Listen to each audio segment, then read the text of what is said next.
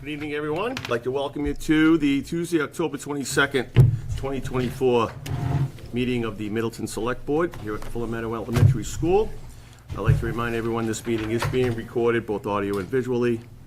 And with that, we'll move on to item number one, which is this last 2 weeks' town business. Justin?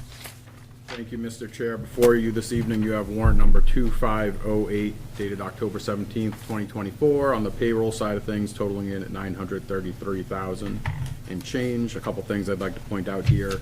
You have a line of about $3,700 for eagle monitoring. That's not something you typically see pop up in a municipality. It's, of course, part of the ongoing construction down on 114 for the new municipal complex. Also, I'll continue to call out overtime for both police and fire, about $13,000 for fire and $9,000 for police.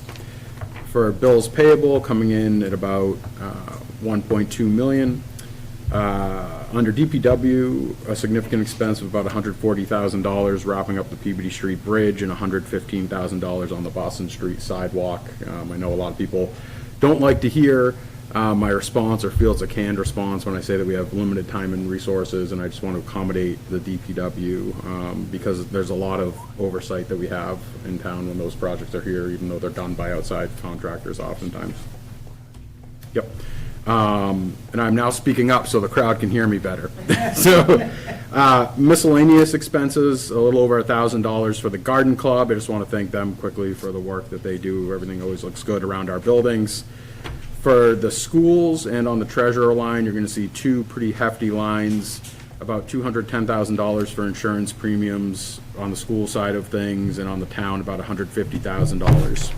Additionally, you have facilities project warrant 46 totaling in just under $150,000. That is a mix of project design. We're still working on stormwater and a couple other issues on the site. You'll also see a little over $50,000 for the EVIP grant.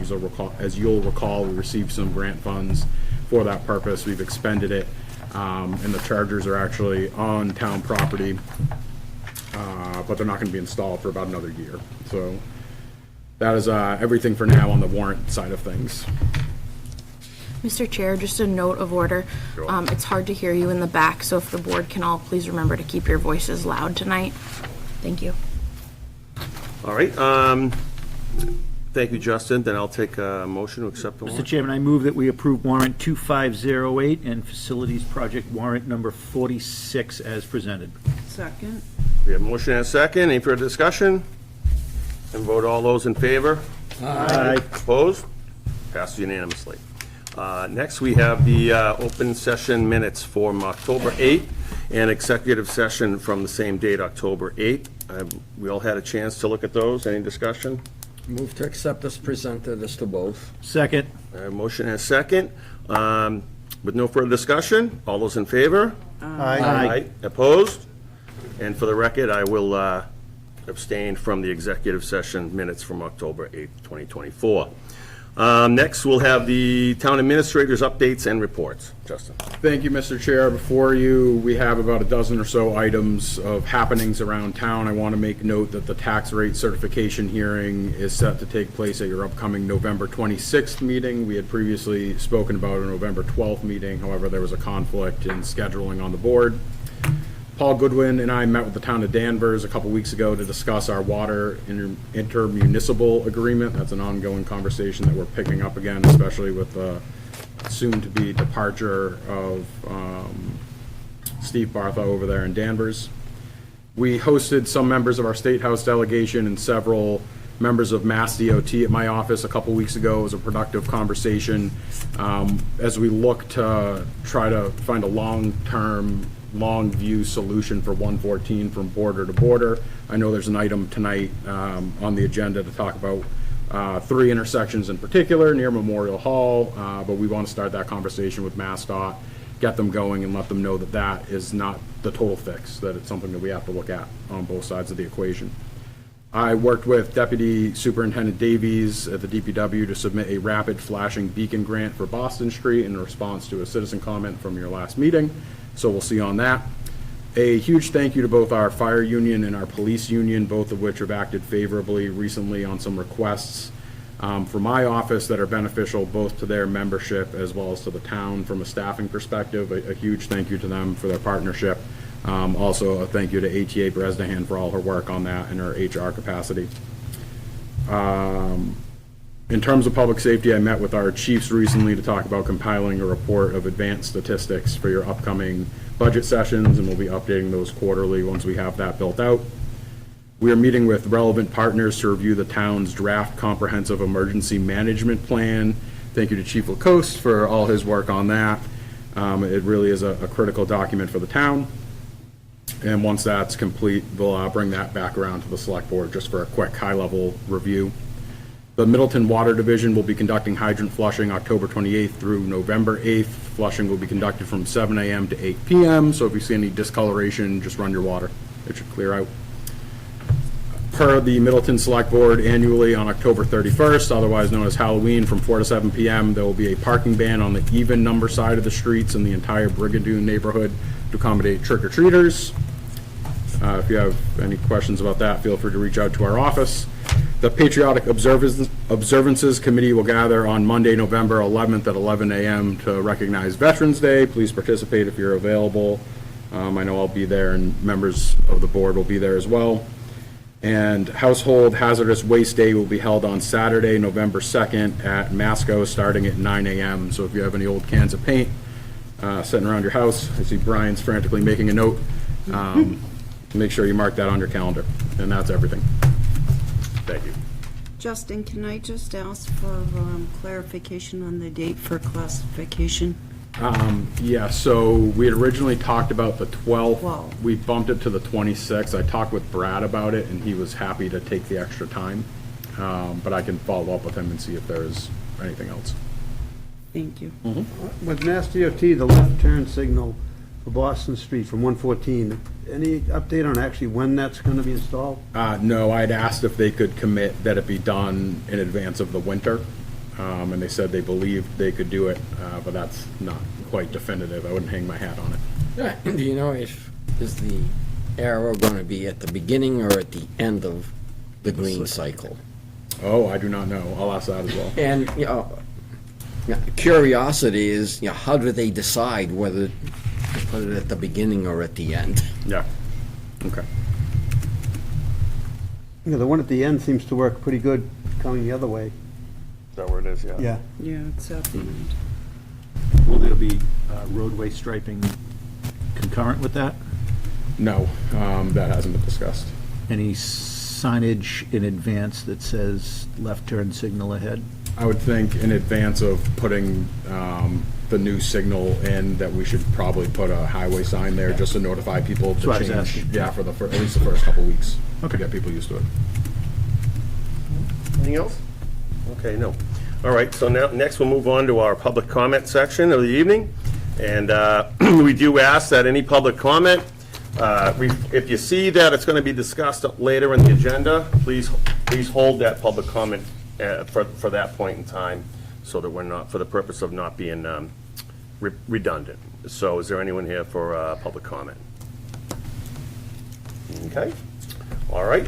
With that, we will move on to the Middleton Municipal Campus updates. I think we've all kind of seen it beginning to shape up and look like buildings. So, Justin, if you would. Thank you, Mr. Chair. Assistant Town Administrator Bresnahan and I continue to go out for construction meetings every Tuesday, so we are out on site today to review the project. As people may have seen from 114, trusses are starting to go up on the steel on the public safety building. Public safety continues to be ahead of the curve, followed by Town Hall, Community Center, Council on Aging in the back. We also had a discussion today about a potential paving schedule, taking a look at the weather and seeing if it's realistic to try to formalize the road that's currently there. There are some underground utility considerations we're still trying to iron out. I've made a brief reference in the warrant to some drainage and stormwater things that we're looking to flex around there. But all in all, we remain under budget, slightly ahead of schedule, and we're working to keep it that way. Thank you. Any other questions for anyone? What's the next big thing on the construction schedule? So we were talking today about potentially doing a topping off ceremony, so it's completing laying the trusses on the public safety building, and I believe that was potentially the 4th, 5th, or 6th of December. And once we have a definitive date of those three, we'll communicate it and just have a small, nothing like a groundbreaking ceremony, but just a small ceremony to recognize the occasion. Okay, great, thank you. Thank you very much. All right, and for item number 4, we'll direct ourselves to our own town clerk, Eileen Twist, for a department head update. Where would you like me? Come right up if you... I know that answer. Madam Clerk, you can take my spot if Oh, you'd there like. you go. And where would you go? I will go in the back to test how my hearing is doing and remind folks to speak up for the people in the back. You get to sit next to me, Justin. Great. Good evening, everyone. Hi, Eileen. Eileen, Hello. hats off. I know you guys are We, crazy. it's Crazy incredibly busy, incredibly busy. Surprisingly so. We have I think we've surpassed 300 early voting ballots, in-person early voting ballots since Saturday. Wow. So Saturday, Monday, and Tuesday. That's significantly more than we had for the state primary in September. We had 44 over the whole 10 days. So that's pretty significant. So anyway, it's being well received, no complaints. People seem very comfortable voting at Memorial Hall. I'll take it out of order in which I was going to present it, but thank you, Deb. We appreciate the support. So, in-person early voting will continue the balance of this week. We're there Wednesday and Thursday, 8 to 4, Friday, 8 to 1. Saturday, we're there from 9 to 5. And then next week, we start all over again. We'll be there Monday, Wednesday, Thursday from 8 to 4, Tuesday 8 to 6, and Friday 8 to 1 when early voting will end. And we'll start getting ready for Election Day the following Tuesday. Having talked about Election Day, for those who don't in-person early vote or mail-in vote, you can certainly vote on Election Day here at Fuller Meadow in the gymnasium. You'll enter from the driveway. Polls open at 7 a.m. They close at 8 p.m. The deadline to register to vote or change your party enrollment for this state election is Saturday, October 6th, and we are there again from 9 to 5. If you're already a registered voter, you do not need to come and register to vote. Once registered, always registered. You can check online if you're not sure at voteinma.com. All of the voter information is there. You can do all kinds of things through the Secretary of State's office. Vote by mail was very popular again. We have about 2,500 ballots to date out in the mail. We mailed out. To date, we've gotten about 1,000 back. So we encourage people to return them sooner than later. We have a big white mail drop box out in the driveway. It's easy, just drive through. You don't even need to come in, drop it in the box. Ballots must be postmarked by mail November 5th for us to count them. For this particular election, we will extend the November 5th postmark date through November 8th. So if we receive them up until November 8th and they're postmarked November 5th, they will be counted. This only happens every 4 years in this general election. If your mail-in ballot is being returned in person and you don't get it into us by 8 p.m. on November 5th, it will not be counted. The box will be locked at 8 p.m. All mail-in ballots, if you're delivering them on Election Day to us, cannot be accepted here at the polling location. They must be brought to Memorial Hall to the town clerk's office to be verified and checked in. If you're looking to vote by mail still, the deadline to apply for an application is Tuesday, October 29th, so you're coming right up on that. You're best served to go on to voteinma.com if you want a ballot mailed to you, and we will get it out to you quickly. You should get it back to us quickly as well. The mail is proven to be extremely slow. We're not getting things back as quickly as we'd like to. So we encourage people to deliver, hand deliver them. If you're going by, everybody goes down 114. If you're going by, swing in. Just drop it in the box. It'll take you 2 seconds, and then we have it. And of course, if you go on voteinma.com, you can track your ballot as well. So once we receive it and check it in, you can see that we have received your ballot and will be processed for the election. Eileen, Yes. so you said about 2,800 ballots have been. 25 so far. 2,500 sent out. We have more going out tomorrow because the cards are pouring in now. What have you seen in other, every 4-year election cycles? We're right on target. And normally, how many of those do you see come back, percentage? Most come back, I mean, we'll go into Election Day in and around 43% of voters already having voted both mail-in and in person combined. Or absentee ballot, yeah. Yeah, very few absentee ballots now because we have no excuse voting.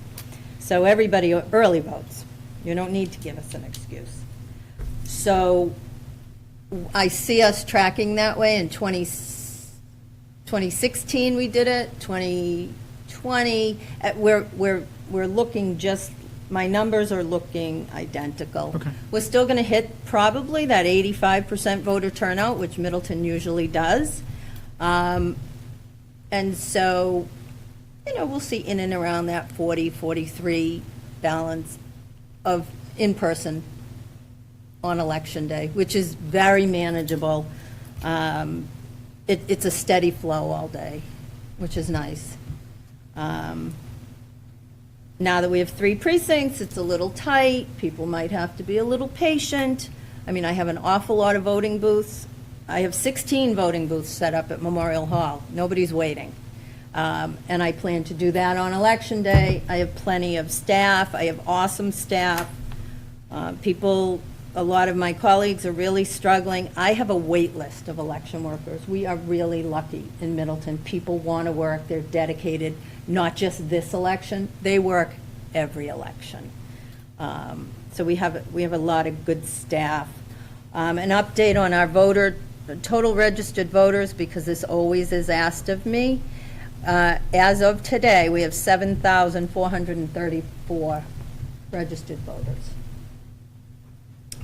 So we expect to see Eileen, was that Many. 7,034? 7,434. Perfect, thank you. So that's what's happening in the clerk's office. Other than that, we're just sitting around. And, we're just hanging out and waiting for Election Day to be over. And Eileen, how's the volume of FOIA and other requests coming into the office? we have slowed overall. I mean, I say slowed because of what I have been dealing with. I average over 300 public records requests over a year. We are demanded. Our records are quite demanded.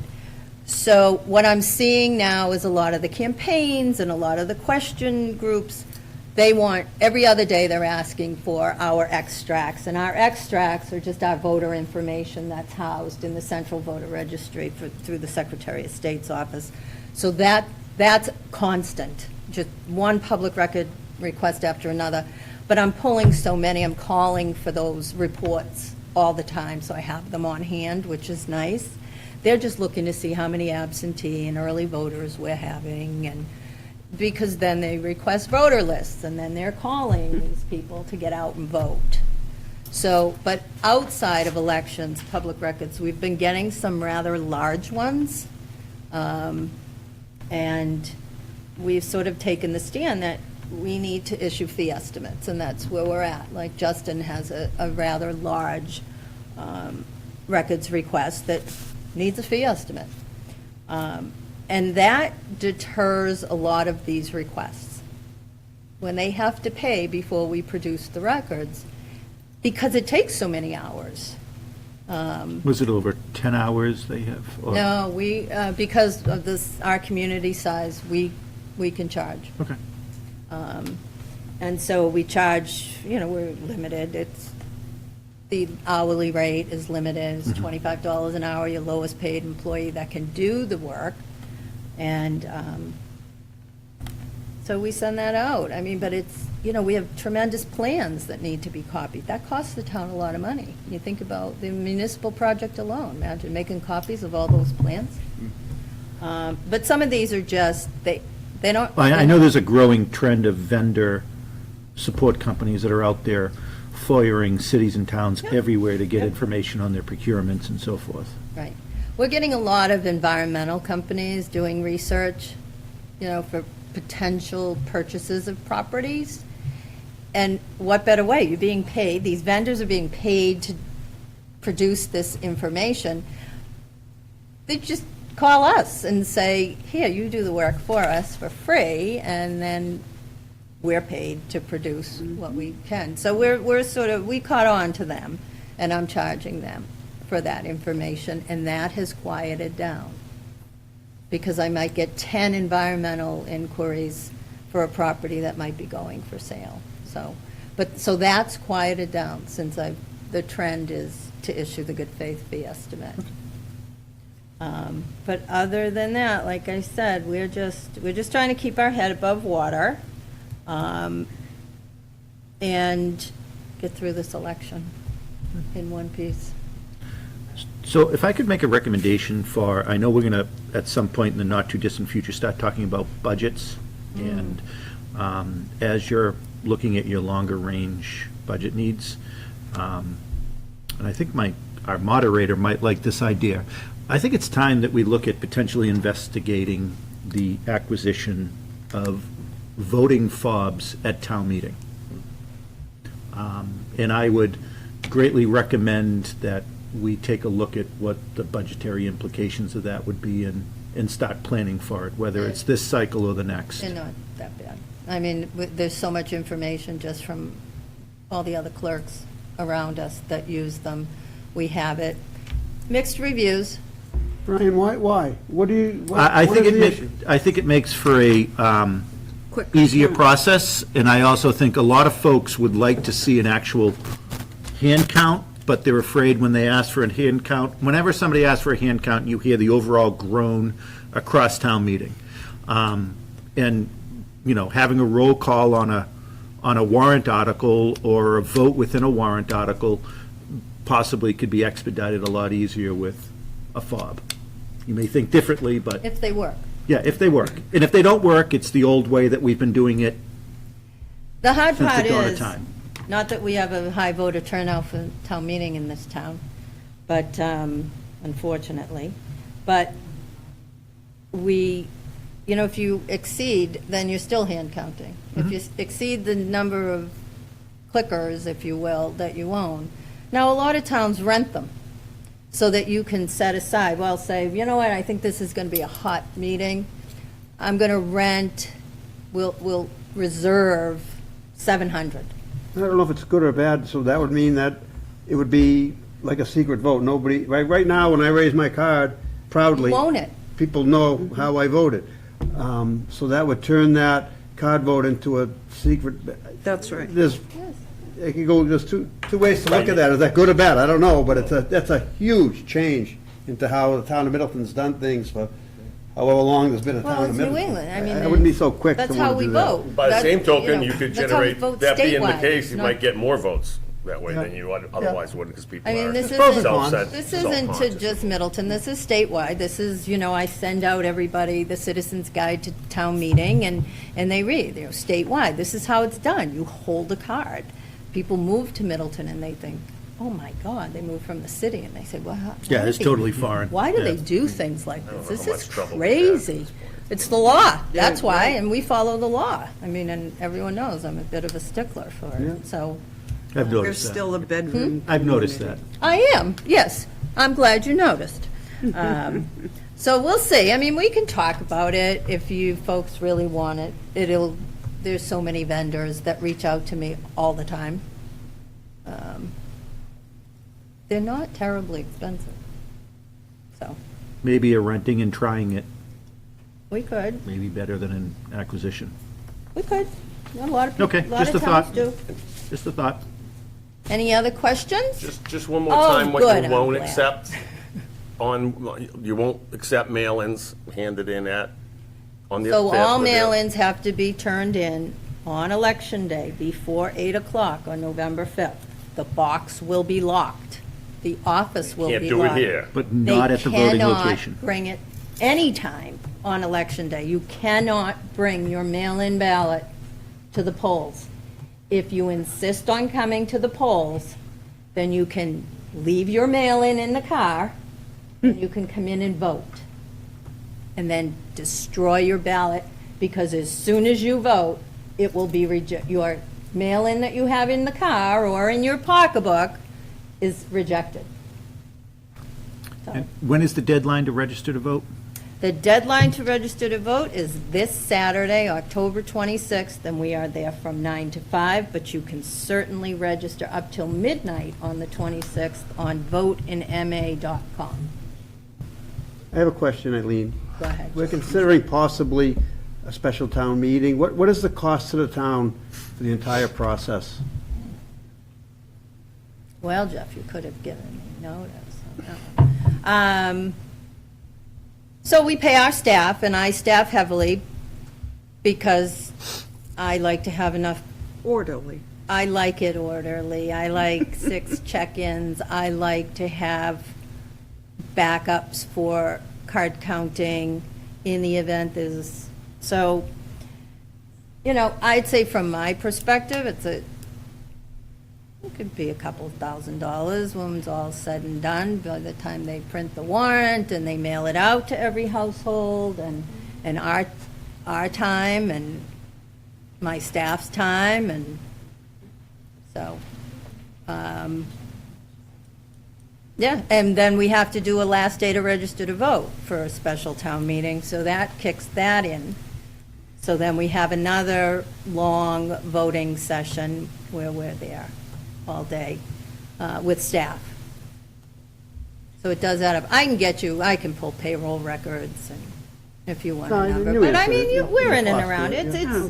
It's some money. Yeah. It's some money. Approximately a couple thousand. I would say, I mean, we could look at it, but I bet you it's in and around that by the time I pay staff and I get my, Postage and all that? all the postage and, program the poll pads, because we use the poll pads to check in. Well, that costs money. But I can get you real numbers, that's for sure.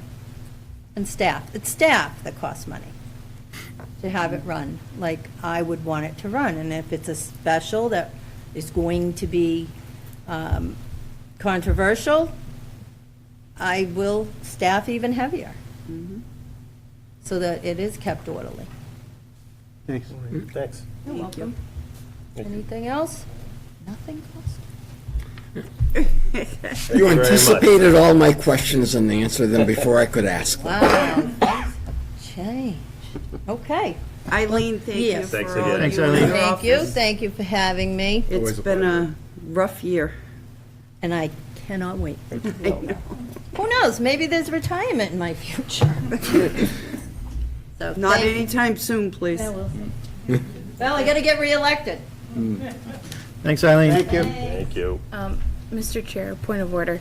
The people in the back cannot hear you. I do need you all to speak up. The vent in the back is very loud, and I cannot figure out how to turn it off. Oh, So you okay. all need to sing out, please. All right. Sing? So, and then we'll move on to the next item. Item number 5 is, we'll get a review of a recently awarded $2 million Mass Works grant designed to address the traffic at intersections from 114-62 all the way down to River Street. And Justin, do you have the information on that? Yep. Thank you. Thank you, Mr. Chair. So I would also like to note that there's a few different boards and committees here this evening beyond the Select Board. There's also membership of the ZBA, the Planning Board, and the Finance Committee, although I don't know if you all have quorum. Okay, so when the time comes, if you want to just call yourselves to order. So for item 5, we're addressing specifically the $2 million Mass Works grant. As the chair referenced, there are some other items coming up along the agenda. If you have questions or statements relative to those items, if you could just withhold it. We're just trying to segment this as best as we possibly can. So I'm going to run through this presentation if that screen ever stops thinking. I'm going to tell you a little bit about the grant program, kind of what went into it, where it came from. I think some people shockingly were blindsided by it arriving. And then highlighting some of the higher points of what the traffic issue is in town from a data-driven perspective, and then what some of the solutions are there. So if you can't see the screen, feel free to huddle around this way. I'll run through it pretty quick.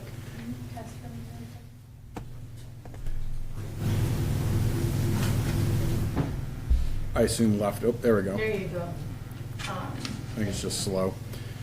And I will do my best to speak up as well, as much as it feels to me like I'm yelling at you. I want to make sure everybody can hear. So if you can't hear me, just put your hand up, and we'll keep going. So we have here a MassWorks infrastructure program grant, $2 million awarded to the town of Middleton to address the intersections of Route 62 and 114. That's directly outside Memorial Hall. So the question is, how did we get here? And I want to give you a high view, just kind of looking at the schedule and some important dates. Once again, exclusively through the lens of this grant. I know there's some items that weave in and out of each other. We'll address them later in the evening. So on October 27, 2023, the town received a final draft copy of a 39-page corridor study with a focus on 114 and Route 62. That was done as part of the Angelica's development. A big part of the conversation that we had in town, particularly when I got to town and we started taking a look at it, was asking, if this 40B thing is a reality, how can we best leverage this situation? How can we put the town in the best situation possible so that we're getting something out of it? That 39-page corridor study was a deliberate effort from the Select Board and my office to start laying the groundwork with data to help us put forth a stronger grant proposal to the state for this purpose. On May 14th, 2024, a few things happened that day, but among them, there was Article 22, which passed by an overwhelming 2/3 vote that authorized the Select Board to accept an easement at the Angelica site for the purposes of applying for a MassWorks grant to make improvements in that area. I think an important part, and we'll get into the study a little bit as well, that you heard echoed throughout that conversation was, we're not just trying to address the projected increase in traffic from development on that corner. There was already a restaurant there. There's existing traffic conditions. If that corner was never developed, if it was made into a park and left that way in perpetuity, there are traffic issues, and a lot of them spring forth from that intersection. If you were driving in from the other side of the town, driving south or east on 114 today, you would have seen, like I did, that traffic from Memorial Hall backed almost all the way up to Richardson's in a standstill. So I think everybody is in agreement that that is an issue. So that's one thing we got. We agree on that. May 31st, 2024, the town of Middleton submitted an application for a MassWorks grant. The reason being, and some people have asked the question, if due to a vote at the annual town meeting, if the town was not eligible for grants, why did we bother applying? And the answer is, and this was my response throughout the hearing process with the planning board and at town meeting as well, is that we're still going to apply because we want to see what happens with the courts. I don't want to take us out of the mix on the assumption that the courts are going to come through and do something or not do something. And so that's why we went ahead and applied, and we held true to that. On June 18th, 2024, the Town of Middleton Select Board approved a development agreement for the Angelica site, accepting an easement at the corner of Route 114 and 62. So taking the authorization that town meeting, the body of town meeting had overwhelmingly given to the select board, they moved forward on that. If anybody was at that select board meeting, it was fairly contentious. We had to, at one point, go into executive session to discuss some elements of the drive-through for anybody that followed the 40B project and commercial element closely. But the select board was able to close the deal there. And then most recently, on October 11th, 2024, the town of Middleton received a notice of approval for a $2 million MassWorks grant to address the issue. Can you all still hear me okay? Okay. The corridor study itself, it was prepared by Vaness and Associates Incorporated in response to existing traffic concerns as well as projected additional trips generated by the development at the Angelica site. So that was a firm that was hired for the developer. The corridor study itself, because while we'd love to take them at their word, we have to do peer review. And so the town hired TEC to do the peer review. We later tapped that firm for assistance for the town to apply for the MassWorks grant, given their intimate knowledge of that intersection. They've been poring over this report and these studies. They knew it inside and out, and so we put them to work on there. The existing conditions, which you can see up on the board here, but I'll describe them for you, is one intersection in front of Memorial Hall, and then two intersections close together outside the fire station and the library. I think it's probably a good way to describe it. So in that study, done by a third party and then peer reviewed by what we'll call a fourth party, they found that the LOS, or level of service, for each of those intersections was at a status of failing under current conditions, existing conditions, without any development there. It's already failing. With the development that has been permitted for the commercial piece, which was allowed by right, and the residential component at the back, the 60 units, which was a 40B, with the addition of that, it is not going to improve that. It'll probably make it worse. So another thing that we are looking at is the volume to capacity ratio. That number exceeded 2.0 during peak commuter periods. So what does that mean? The volume to capacity ratio is basically saying the roadway as it is designed is a 1.0. If that ratio is 2.0, that means we're trying to push twice as many by volume vehicles through that intersection that is designed for a 1, and we're pushing through 2.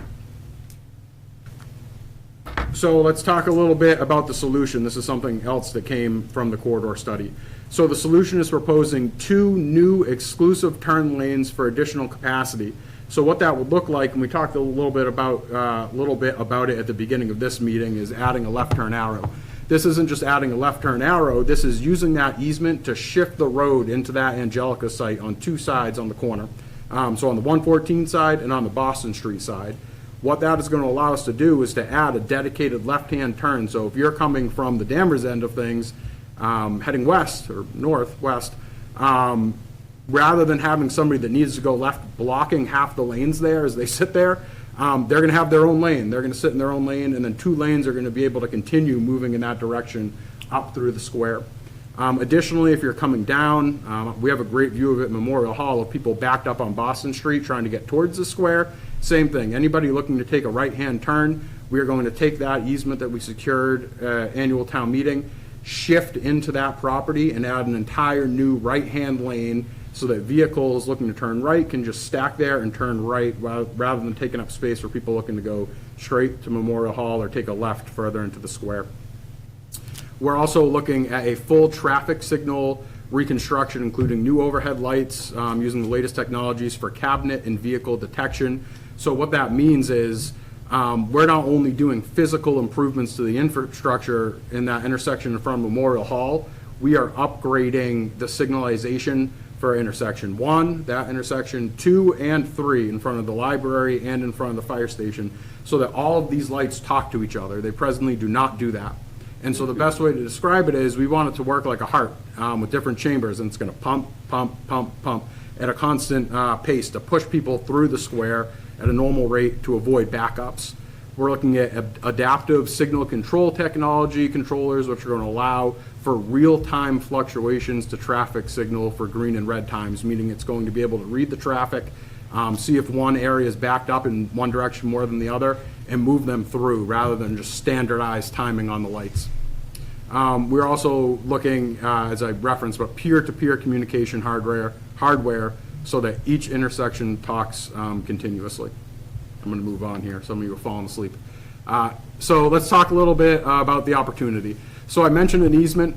This is the easement that I pulled from the page of the development agreement that the select board negotiated, also in conjunction with the ZBA, and I appreciate a lot of their efforts as well. So that, once again, was Article 22. It was passed by an overwhelming 2/3 vote to move forward in that direction, and that land is crucial to fixing traffic issues in town. Some folks in the room spoke to it, some folks sitting at this table spoke to it. One way or another, without that land, without being able to expand, there's no way to add that extra capacity. And to underline that, let's talk a little bit about the improvement.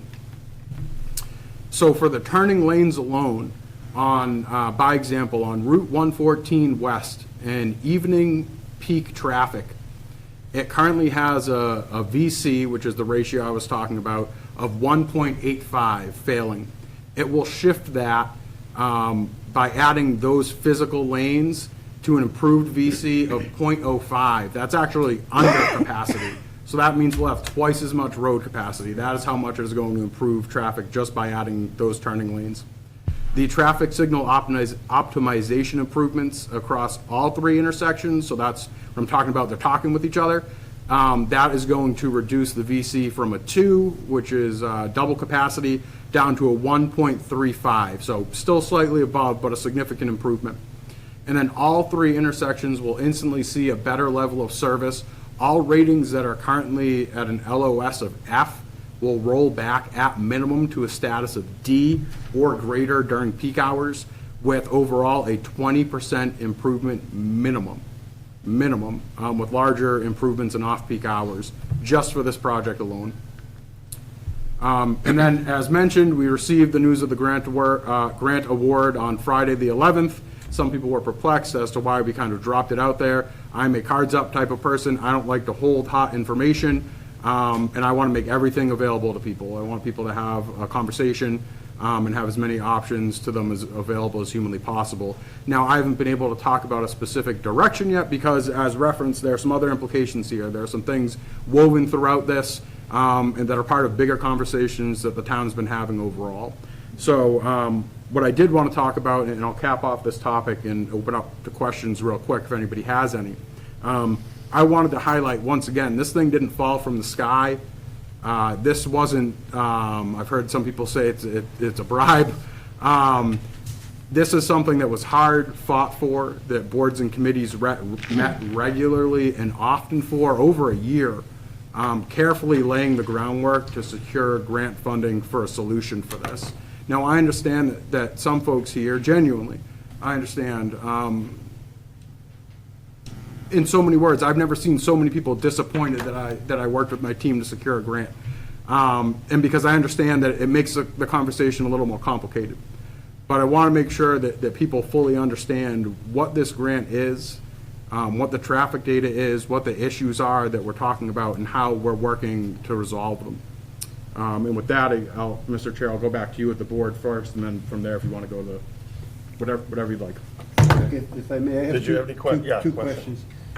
The adaptive lights, if this doesn't happen, is that still part of the Angelica's project, that they provide those adaptive lights? Yep, so there are elements of this that were carved out as part of the development agreement. So the overall scope of work here of everything I just described was actually a little bit over 2 million, because there's a match from the developer as well. The match from the developer doesn't go away, so I want to say that finalized number was probably around 200,000.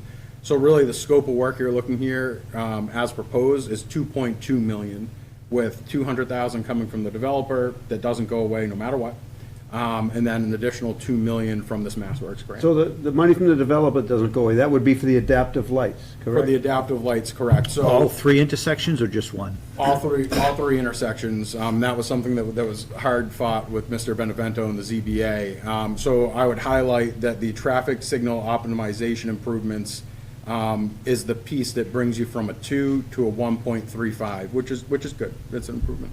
The piece that brings you from a 1.85 down to a 0.5, a half capacity, is actually building out those turning lanes, which is part of the grant. Okay, Thank you. Yeah, all right. And then with that, let's move on to, oh, I'm sorry? You might want to ask. Yeah, I didn't know. Anybody have a question out there? Go ahead and just want to come right up, identify yourself and your address, please.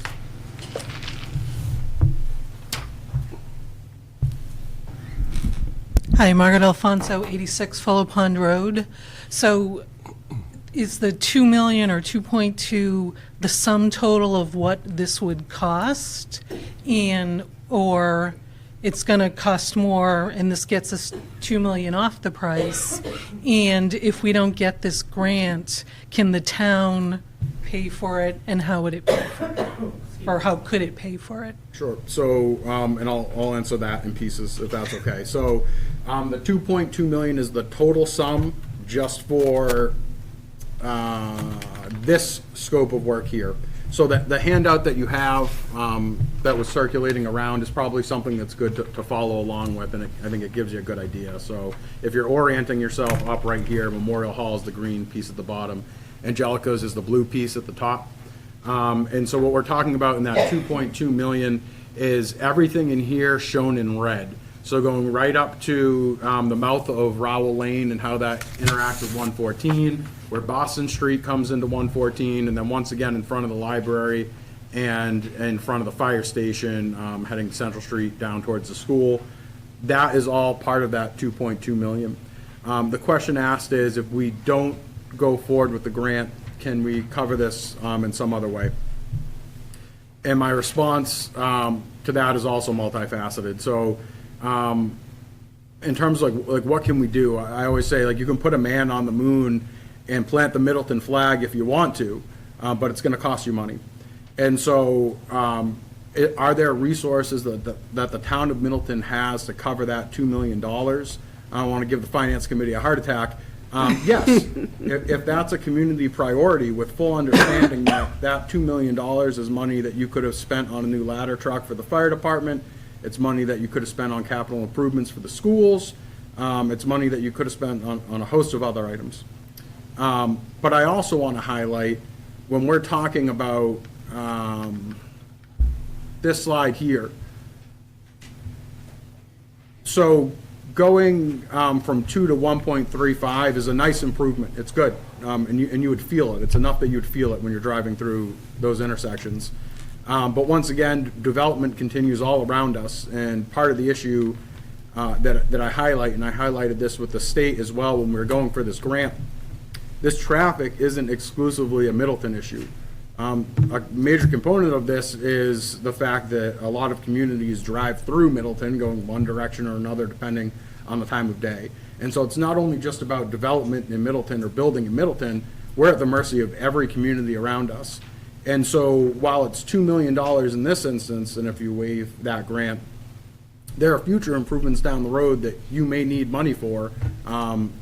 Rephrase it, you will need money for.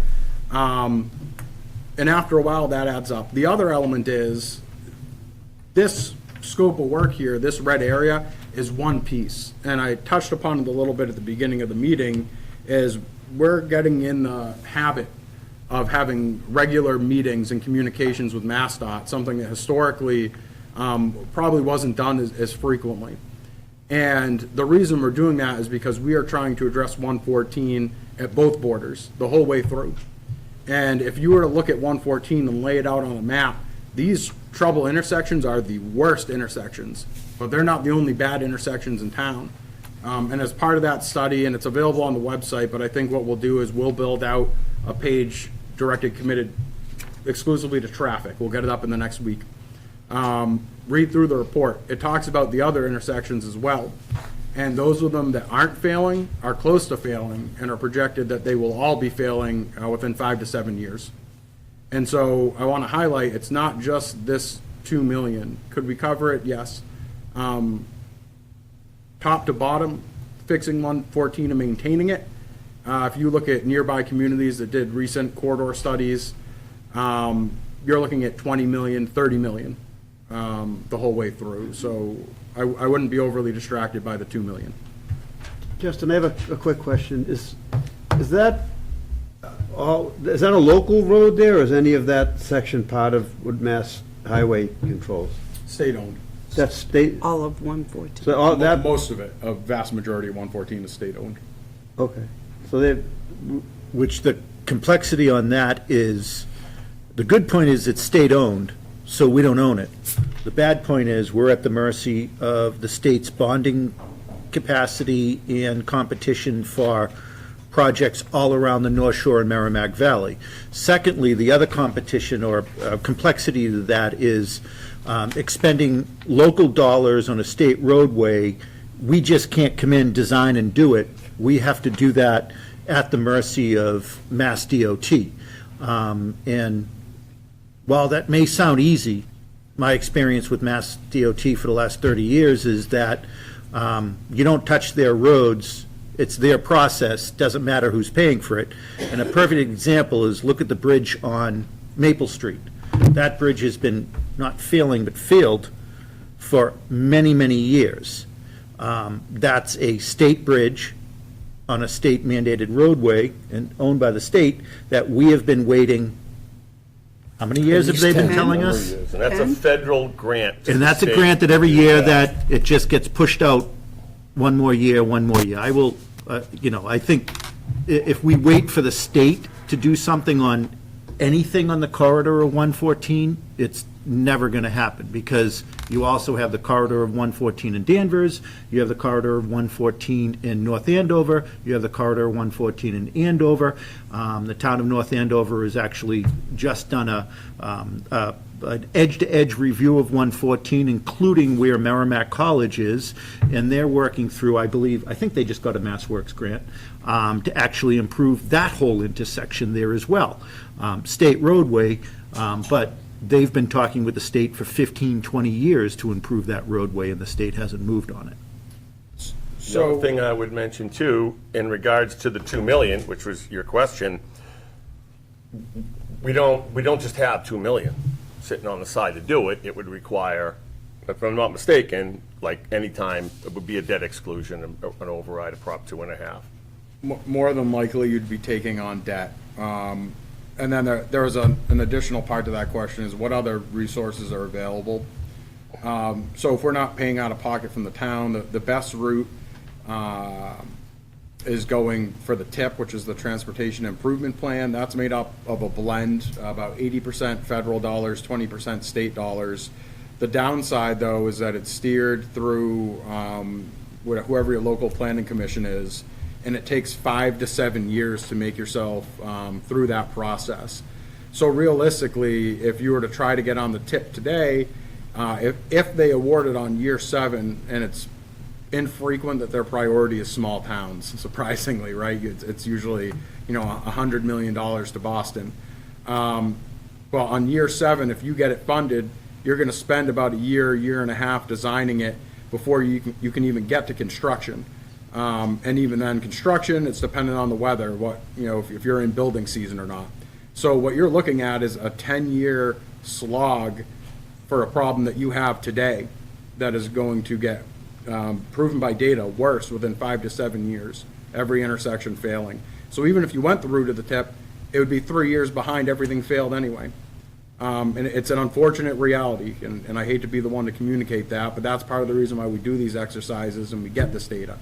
And I think overall, in response to the traffic component, we have been working in my office trying to line up some dates to have more community discussions about this, and if there's interest, potentially on Wednesday, November 6th, a Middleton forum on traffic that I think would be appropriate, because what we're seeing is beyond this one issue, it's town-wide.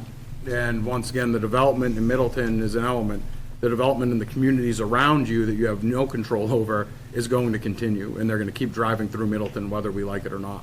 And so we'll make sure we advertise that well if folks would like to come out and discuss it. Wednesday, November 6th at 6 PM at the library, Middleton Forum on Traffic. So, and we can talk about other options at that time as well. Anybody else? Okay, sure.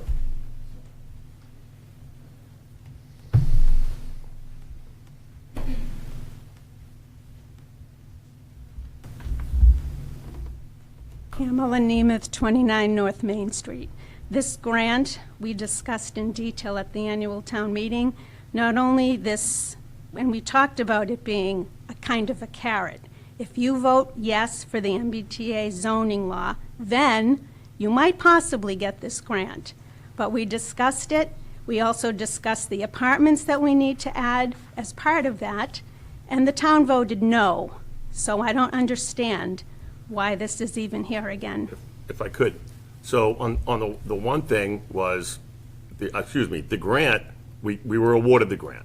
If. This isn't, no. If. It says in the letter, if. It's It's It's dependent. nuanced. That in any other instance, I would say the town has, and I saw someone on social media said that it hasn't been awarded. That's a grant Well, award. the letter says it hasn't been awarded. That is a grant award, and I understand. Why does it say I it's understand. not an award? I can, Mr. Chair, if I could, I can speak Please. to that a little bit.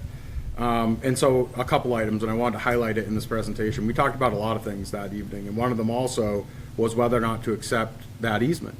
And as part of that conversation, we talked extensively about this grant program. And the people of Middleton in that annual town meeting this past May voted overwhelmingly, almost unanimously, to go forward and take that easement. And so I understand how you feel about that one issue, but there are several issues that we need to juggle here. And I wish that when we go through some of these problems in town, I wish they were black and white. It would make my life way easier, but unfortunately, they're not. And so that's the situation we're looking at. The other component is, and I remember it well, that the carrot will keep getting smaller and the stick will keep getting bigger. I remember the conversation. And I understand how people feel about that item. And, I'd like to touch on it a bit if I could, Mr. Chair. So there are grant programs all throughout the Commonwealth that exist. Well before this MBTA communities conversation happened. And this is the fourth municipality I've worked in. I've been at it a while. And I've seen all different shapes and sizes of grants. And the truth of the matter is, every single grant that you get through the state or through the federal government, or even private grants, they come with requirements. The MVP community grant, municipal vulnerability preparedness, you have to check a whole series of boxes. You have to apply and satisfy the requirements of the state to become an MVP community, and only then can you apply for an MVP grant. It's no different. And I understand the frustration. Once again, I'm not just giving you lip service. I get the way it looks for some folks, and I understand and sympathize with your perspective on it.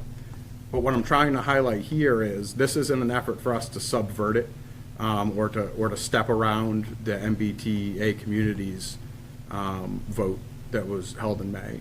This is something that was happening before that vote occurred to address a traffic issue that existed well before we even started that before the vote occurred. And independent of MBTA communities, this problem is going to exist when 10 years from now, when nobody even remembers what MBTA communities is. So Well, you did vote specifically no, and it just involves more than just the traffic. It involves the additional housing that are like 300 units in addition to what we already have. So I just wonder how the select board can override what the people in Middleton and voted. that's coming up on the agenda. Justin, if That's I do want next. to clarify something at the town meeting, the last town meeting, because it came up, and I was the one that spoke to it. It stood up and spoke to it. The question came up, if we take the easement and don't do this project, does that make sense? There was a lengthy discussion at town meeting that the easement is in perpetuity, And and the reason that it was overwhelming to take the easement, because people knew that we could take this easement and maybe 20 years from now, widen the road. It's not like we took the easement and now it wasn't tied to this project. It was tied to land to eventually, at some day, widen those roads. And the reason one of the reasons that vote passed was because it made clear that these easements are in perpetuity, and if we don't get this grant, it doesn't matter, because maybe 20 years from now, we might do this. And that was very clear at town meeting. It wasn't that the town meeting vote to accept those easements had anything to do with, I don't agree that had anything to do with this. And I definitely get where you're coming from on that, and I do recall the conversation, I believe Mr. Carrier had asked, what happens if we don't get the grant? Because we had talked about the grant ad nauseum, I think, at the meeting, and I do remember that exchange. And we talked about the possibility of a grant. And that possibility was minimized. Saying, we never get grants, we'll never get it, so it's, why are you bringing it up? Here, we have the grant. We have $2 million. Not a possibility of it, not a far-fetched possibility as some people stated at town meeting, but the actuality of $2 million. So I don't feel that I, as a select board member, can say no to $2 million without consulting town meeting when that $2 million is ready to be taken. And I agree with that also. If we wanted to spend $2 million, we'd have to go before a town meeting to do it as well. So I wish it was as easy as us saying, and I guess giving the finger to the state and saying we appreciate the money, but we don't want it, and we'll pay for this on our own. So this town and town meeting and the taxpayers of this town have reached very deep and have funded a project that we talk about the first of every meeting down the road, that, the roof is getting ready to be put on the first building at no small sacrifice to the taxpayers in town. Anybody look at your tax bill lately? We're going to be redoing tax classification in a couple of weeks. You'll be seeing a new tax bill again. And a lot of the shock that happens in that is the override to pay for the facilities after we spent 40 years of kicking the can down the road. If we fund this intersection, the intersection in front of the library, and the intersection in front of the fire station and the roadway to the school on our own, and even though we're getting about $220,000 from the developer for signalization, if signalization is done without expansion of the roadway, if we expand that roadway width in the future, those signals will have to be upgraded again, because there will be new turn lanes, there will be new turn signals, and who knows when that'll be. Secondly, if we fund this on our own, the projects that we have funded already, specifically the municipal project, I was very clear, and I've said this in every one of our Saturday budget hearings, is we are going to be tightening our belts on overall capital needs within this town. Why? Because we don't have the dollars to do so, and I am not going back and asking for another override for any other capital projects. We've basically gone twice to ask the voters to fund that project, and both times they very generously said yes. I will tell you, this is the largest grant in my 14 years on this board that we've ever received. I would argue this, other than the school building authority funding for the addition to this school and the new school on the other side, and the direct contribution that came from the legislature and the library, this is the largest injection of state dollars this town's ever received. By all means, if town meeting wants to say no, they have every right to say no. I just want to be very clear. We don't have the ability to fund this project on our own unless town meeting and the voters are willing to raise our taxes to fund it. And that may be the case. We may want to say thanks, but no thanks to the state, and that may be the case. But I will tell you, I don't think there's going to be an appetite to fund this. And Justin, you've heard me say this. I think this is a once-in-a-generational opportunity to fix this intersection. I'm not a traffic engineer. I don't pretend to be one, But to move this from a 2.0 to a 0.5 between signalization and new turn signals, do you know what I'm thinking about? Our fire department is going to be in the other side of this intersection now. And I think about in the morning or the afternoon, the traffic that comes down 114 that backs up past Richardson's. Now, blue lights and red lights kind of get a little priority, but that intersection is a nightmare. It's bad enough where the fire department is now getting to the other end of town, but getting from there now to Route 62 and the other part of Middleton. This is an opportunity to fix this intersection. And I agree with Costa on this and Deb on this. You know, I don't have a problem if, in the end, we don't accept these dollars. I'm going to be disappointed. But I don't think this is a decision that a 5-member board should say no to. I think the town meeting, and you heard Eileen say this during her budget session, there's a reason why we have an open town meeting to allow townspeople to have a say. And if they want to say no to a $2 million grant, by all means, they have the rights to do so. Agreed. Sure. Natasha Bansfield, White Lane. I have two thoughts. One, I completely agree with you, Costa. I think we would be crazy as a town not to accept the $2 million because there's. Speak up, I'm sorry. Oh, sorry. The Oh, mic doesn't sorry, do anything for sorry. you. Project. Okay. I agree that the correct play, I think, here would be to accept the $2 million.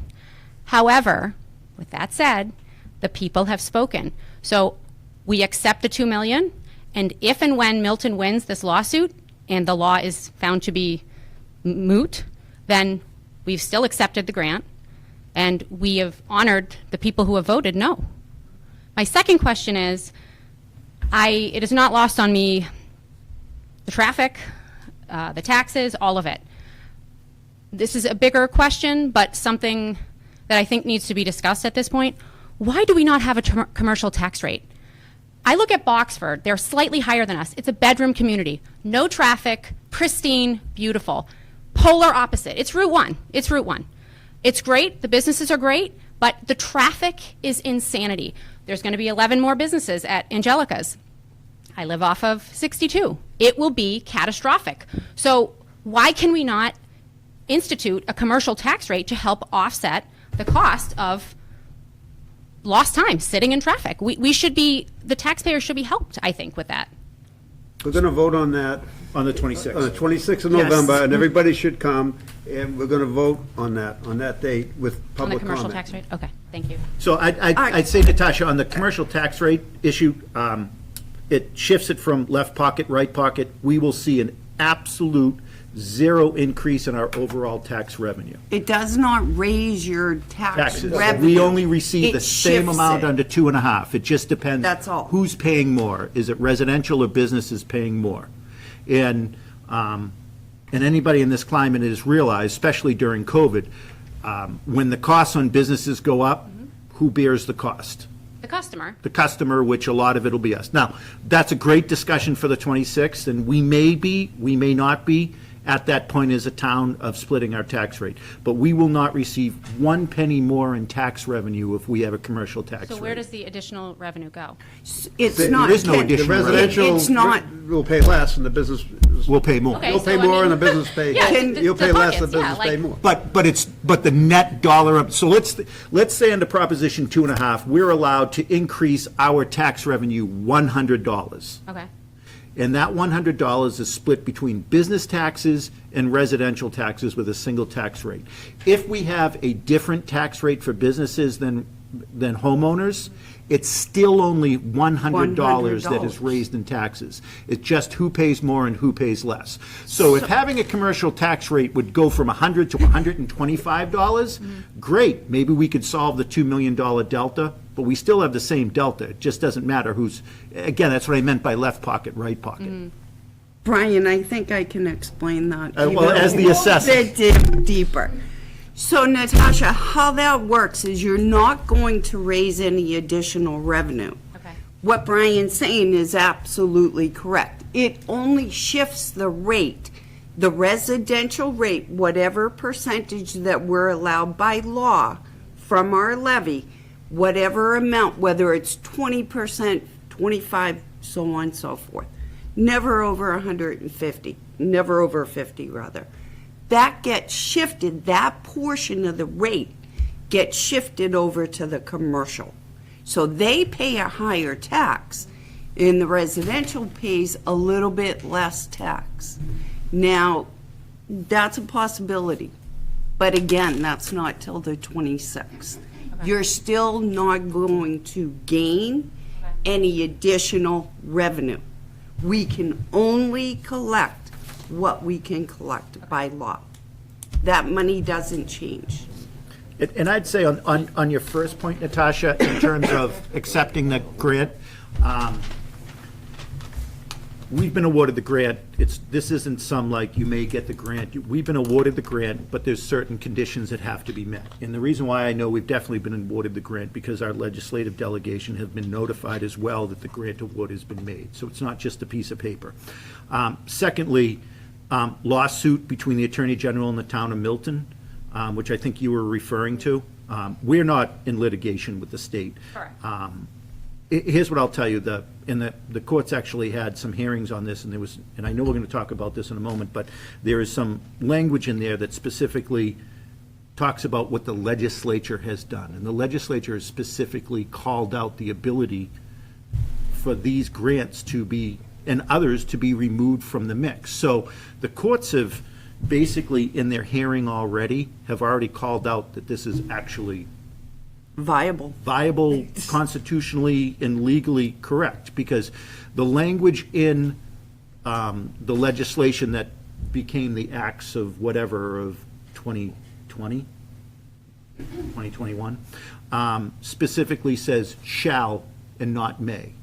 When the legislature says may, then the courts have a right to come in and make a decision. When the legislature says shall, the courts say the legislature has spoken.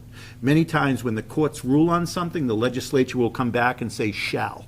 And one word makes a huge difference. I'm not a road engineer, I'm also not an attorney, but I was a legislator, and this is what I can tell you. The courts are going to rule against Middleton on this. I would be stunned if they wouldn't. I actually had a phone call today with an attorney who wrote a brief on this as a friend of the court, who told me that cities and towns right now don't have a leg to stand unless the legislature wants to come in and change the language on this. The courts are not going to legislate when the legislature already has. But either way, we have to accept this grant by a certain date, and then if we don't accept it, that dollars goes back into the pool to other grantees that have applied. That's going to happen long before the courts rule on Commonwealth versus Middleton, or Middleton versus the Commonwealth. Attorney General versus Middleton. Yeah, it's CAG. I think the sticking point for me is back in May at that town meeting, I remember I was the carrot and the stick lady. I know. I knew that was a shout out. We knew that going in. We went into it eyes wide open, right? We went into that vote. We talked openly about it. It wasn't like we voted no and then they came out and said, oh, shoot, sorry, you voted no. You're not going to get it now, or you have to revote it. The points are not lost on me. They're not. But, and I'm not here to argue the MBTA, whether it's constitutional or not. It's supposed to be the will of the people. It's happening nationally at the state level, and now it's come home to roost. I'm tired of it. Personally, I'm tired of it. We voted. I saw somebody put on Facebook, oh, it was only 4% of the population. Who cares? We had a quorum. We voted. In broad daylight, we voted. I dropped my kids off. I picked them up, whatever. Like, I got there, and I voted. And that should count for something. It should. And it does. It does. And if we had the award letter in May, I would say it's the exact same thing. There's no point in revoting. We did not have the award letter in May. We didn't know whether it was just a pie in the sky dream or reality. I disagree. No, We went into it we- eyes wide open. We knew that we may get the money. We also knew that we hadn't gotten that money in 10 years. I find it really ironic that we got it now. And so did Marblehead, who also voted no. Mr. Chair, could I speak to that? A couple points. So, Natasha, good to see you. And so among some of your other remarks when you first got up, you also stated that you had done your research and that Middleton in 10 years hasn't received a MassWorks grant, which I, you know, among other items and some things people said that evening, and Mr. Protakis, you don't need me to come to your aid here, but there definitely was an air in that room that it wasn't even close to a reality in terms of us securing a grant. Now, I will add that of the 15 communities that are in the same boat as Middleton right now, there's 15 of us that have voted on the issue, voted no, but are not yet out of compliance, but will be out of compliance come December 31st. Out of those 15, 2 received a MassWorks grant, and you hit the nail on the head. I didn't know it was out publicly yet, but Marblehead, since you said it, I'll say it. Marblehead and Middleton. And so, once again, I'm not minimizing how people feel here. I read everything on Facebook. I don't reply to it, but I read it all. And there's a lot of people, collusion, it's a kickback, it's a bribe. The state is doing a horrible job of bribing folks if they only gave it to 2 out of the 15. And that's where I go back again. This grant, we received it based on merit. It's merit. And I laid it out for you right there on the screen behind you. I understand how you feel. I understand how other people might feel, and I don't want to minimize your feelings. But this is a legitimate issue, data proven by a third party and a fourth party. I don't know how much more I can give you. I mean, town meeting said no to a new Hal Manning. Twice. Yeah, twice. And I had just moved to town at the time when they said no the first time, and I remember going back to town meeting in the second vote, and that was a message I heard very clearly. We've said no, why are you back here again? And then the third time, when the townspeople finally said yes, that was the same argument. We've said no twice, we're going to say no a third time. Anybody regret building a new Hal Manning? I don't. My daughter went through the old Hal Manning, my son went through the new Hal Manning. My God, was at a much different school. That's why people were moving here. And I don't view this as a state kickback. Is there carrot and stick? All grants are carrots and sticks, all of them. To Justin's point, I wish grants were just, here's a pot of money, check 4 boxes and we'll send it over. No, that's called a legislative earmark. A grant is, there's a reason why you have to jump through hoops. It's just like a school building authority funds. The funds are going to fund this roof being repaired. We have to check boxes. There's also certain hoops that we have to jump through and we have to comply. And that award that we're granted, if we are granted for this roof, there's going to be certain things that your board's going to have to say yes to. There's going to be certain compliances, everything from the annual report that Steve Greenberg has probably filed about 3 weeks ago to DESE. And if he didn't file it, you're out of the running for this. And there's schools right now that haven't filed their reports. I can guarantee you Steve has, because he's always on top of it. But there are certain hoops, and there have been towns that have received school building authority awards that have had it pulled back because they haven't reached their carrot and stick. I wish it wasn't that way. It's the way it is. I wish we could just tell the state, thanks but no thanks, we'll fund this on our own. I can't in good conscience find a way that we can fund this on our own without going back to town meeting and the voters and saying, I need a tax override. And I don't think there's an appetite for that right now. And if new lights get put in that intersection, it's going to have an improvement. But if 20 years from now, 15 years from now, we decide to put in the turning lanes and rip all those sidewalks up that are going to be built and redo them again, and by the way, that sidewalk construction that is going to be built as part of the project will have to be ripped up and rebuilt. That will be funded through whatever intersection improvement is funded by the town and not by the grant. I think there's probably, if we don't take this money, there's probably a 0% chance that we're gonna go to the taxpayers through override or whatever. This project just won't get done. But I don't think that anyone needs to worry that there's gonna be an override and this is gonna happen. It's just, it would just be on hold. It's just not going to happen, you're right. Yeah, on hold till a future And to date, Justin's point, there's But the probably financial 10 projects on consequence. 114 that have to happen to fix 114. This is the primary intersection. The others will be shuffling the the chairs on the deck to have an improvement on traffic. I mean, there's new lights down on River Street. They're going to have zero effect on the bottleneck, which is here. Zero. And so what would happen if we don't get this grant, what'll likely happen is Lars will install those adaptive lights, which will help, and this won't happen. I think we would all agree there's probably a 0% chance that we would be even talking about an override to do this project. I wouldn't bring an override. I don't think any of us would, that's what I'm saying, it's just not One gonna just happen. got defeated for 1.7 Yeah, million. there's not a chance that people have to worry if we don't get this grant, we're gonna have to pay to do this, it's just not gonna happen now. Right. It'll happen maybe someday in the future. I understand the spirit of, not liking being spoken to, so to speak, from the state, more than anybody else. But if I wasn't as read into what's at stake, I could feel good with that attitude, having that attitude. But we're not Milton, right? Milton's 30,000 people. I don't know if they ever got a grant from anybody. I don't want to check it now, but we're not Milton. We're sounds kind of like it. We're Middleton, and we have our limitations. And if this wasn't as big a deal for the town, I wouldn't be having the discussion. Go ahead, sir. So if we all go back, Sir, can you state your name and? yeah, for Anthony this? Dakotas, 9 Woodbury Lane. All right, so if we go back a few years ago, so what brings me back, listen to you guys, the first thing that thinks to me is the sports complex that we were going to have for our town. The grant that we had that. We all went to the town meeting, right? I voted for it. We wanted it. It lost, right? Everybody was depressed. How come you guys didn't bring that back up, right? We had the vote. Now, I understand you guys. Are you talking about the It's Natsu Way Yeah, fields? the Natsu Way. Okay. Yes. Explain- How come that there's didn't get? technical reason why. Go ahead. Sure, but Yeah. it never got bought back That's back different up. than this. A lot of It times. did.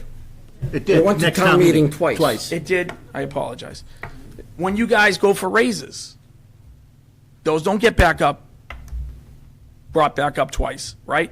A lot of things that we see here coming up, I get it, right? I run a business myself. There are things that come up that I need to fund, but it just doesn't happen overnight. So a lot of times, this could have been foreseen 5-10 years down the road. And what's happening is you guys are now hitting us with the problem, saying, oh, we need this. We need to get this done right now, right? So now we need this money. We need to nail down to the state and take this money. It sounds like a lot of mismanagement at the town level when it comes to the finances. Because if not, we would have already been dealing with a situation, right? Everybody foreknows what's coming, right? Again, of course, everybody wants extra money coming into the town. This is a controversial issue. We heard all the points. We voted against it, right? There are always ways to get to where you want to be, but having to make backdoor deals or, again, a deal like this, what we kind of considered a deal with the devil, there are other ways to get it. Now, every time we don't like a vote, I didn't like a vote when some of you guys got raises. Do we bring it back up? We don't bring it back up. You take the will of the people. I missed that raise. I didn't get that one. Well, listen, I know a lot of people in the town. Every Hey, time, Jackie. somebody goes for a raise in the town, right? The school teachers wouldn't. I'm saying that nobody deserves it. Everybody gets what they want. Everybody gets what they want. Everybody gets funded to the max. And then you all look around and there's no money left. I think it's time to look within. Well, It- I would Mr. say Chair, this, can- There's a lot to unpack there. if looking down the road, we were able to do that, then we would have been able to maneuver this whole situation a lot better. This opportunity just showed up. This wasn't anything that was, we could have calculated before. 5 years Rick, ago, may- there wasn't a grant specifically that would address this intersection. Secondly, the only way to address the intersection the way it's being proposed now would be for the town to take by eminent domain a portion of the land on each side of Angelica's. Can I ask a question? Anybody think town meeting has an appetite for taking land from private landowners? I'd fight that to the death. There's, as would town meeting. What are you saying? We already So, have. no. No, 5 years ago. The question was, why didn't this come up 5 years ago? understand. And the only way 5 years ago to address that intersection, 10 years ago, 15 years ago, is to take the land adjacent to Angelica's. The opportunity came up to actually negotiate an easement, which town meeting overwhelmingly approved, which gave us leverage in the grant project to be able to say to the state, look, we now have the ability to not just have adaptive lights, but to actually have new turning lanes without a land taking. And a land taking, this $2 million price tag would probably be $4, Triple. $6, $8 million when we're Triple. done in courts on a land taking. And it wouldn't have mattered because town meeting would have never in a million years approved an eminent domain proceedings to take private land from a private landowner. Rick, And paying fair market value. Eminent domain You isn't guys free. Pushed and pushed for this project on the different facilities, on the fire and the police and all of that, and we get that. But you pushed and pushed, and then you were under budget, and we had to go back to the taxpayers and go back to the taxpayers, and now we're broke. We're Right, not and broke. now- We're not broke. We're not broke, but we just can't find it. We have to accept money from the state to get something done that we feel that we need to get done, right? So now we're gonna beg and go against the will of the people. We can to take surely- the $2 we million. could fund this if No, we so wanted now to you're empty gonna go- our Now you're gonna reserves. go back for an override, but you've already gone back a couple times because you guys kept pushing and pushing. You got the budgets wrong, and now you keep pushing it again.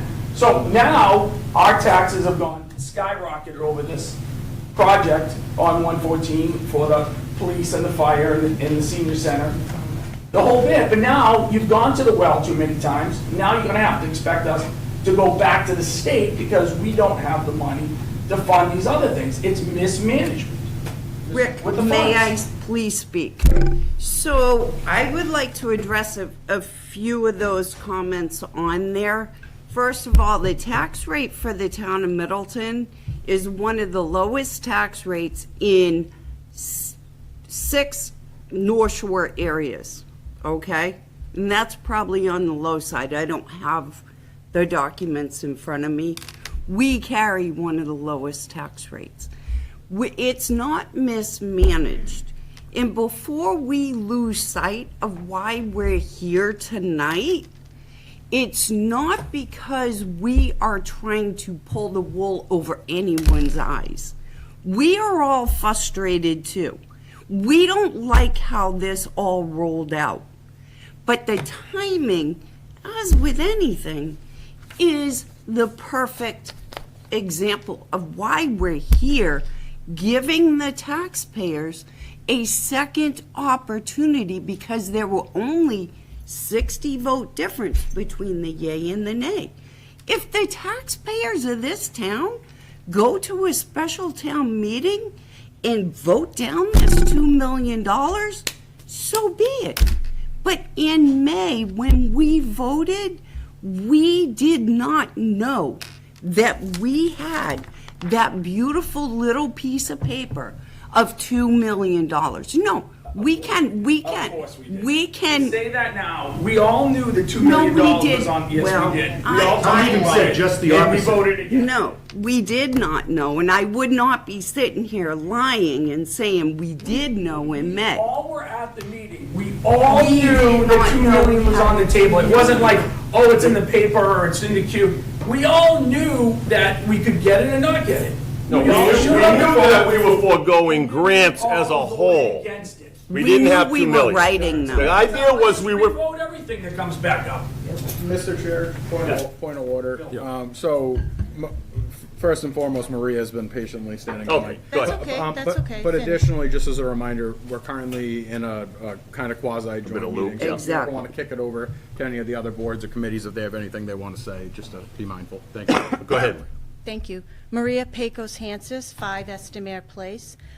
Justin, I would appreciate if you can bring that letter up on the board because it's very confusing, I think, to a lot of people in the room. For clarification, that letter, which has the wrong date, I believe January 31st, 2024, it clearly says, I better put my glasses on. It clearly says, I don't know if I need to read it, but it clearly says that we must comply. How can you say that I'm speaking louder, not to yell at you, just because you said the microphone, so sorry. How can you say we have this grant? I write grants for a living, for almost 30 years, mind you. You cannot say you have a grant unless you have a notice of award in your hand with no strings attached. This has strings attached. You do not have a grant for $2 million. We do not have that. Sure, so. You have an application in, but you must comply. So basically, we have to vote the MBTA in. We have to re-vote. So to say that, I think, is misleading, and it's all due respect, and no one doesn't appreciate your office and going for grants. Like I said, I do it for a living. I appreciate it probably more than anyone in this room, perhaps. I don't know of anyone else who does it for a living in here. But to say that you have a grant, you don't. My clients and I don't put it on our website. Congrats, we won a grant. You don't have a notice of award with no conditions attached to it. These are conditions. And you need to be clear on that. These are conditions, unless I don't know how to read. So if I could just speak to a couple pieces. So one is the date, which oddly enough, you're not the first person to call out that number. Well, the state's not that bright, I would say. Not always. It's dated October 11th, 2024, but the deadline is January 31st, 2024. That makes no sense. Yeah, So it's obviously an error from the state. It is. So the intent there for them is 2025, and we'll get right into contracting, and that is a quick turnaround. The other piece is, you're not, and I touched on it earlier, you're not the only person to say, like, this isn't an award. This isn't the first MassWorks grant that I've been a part of, and it comes in the same format every time. And We've never had the MBTA telling you you've got to revote something. And in every community we've been in, when we get that letter, that's a grant award, and we go shout it from the rooftops, because under typical, normal circumstances, this is good news that I would be delivering to people. So that's one piece, and I'm not Justin, smirking at you. it's not just like, good news when you have that. You've never had that So letter. there's a secondary piece. Sorry.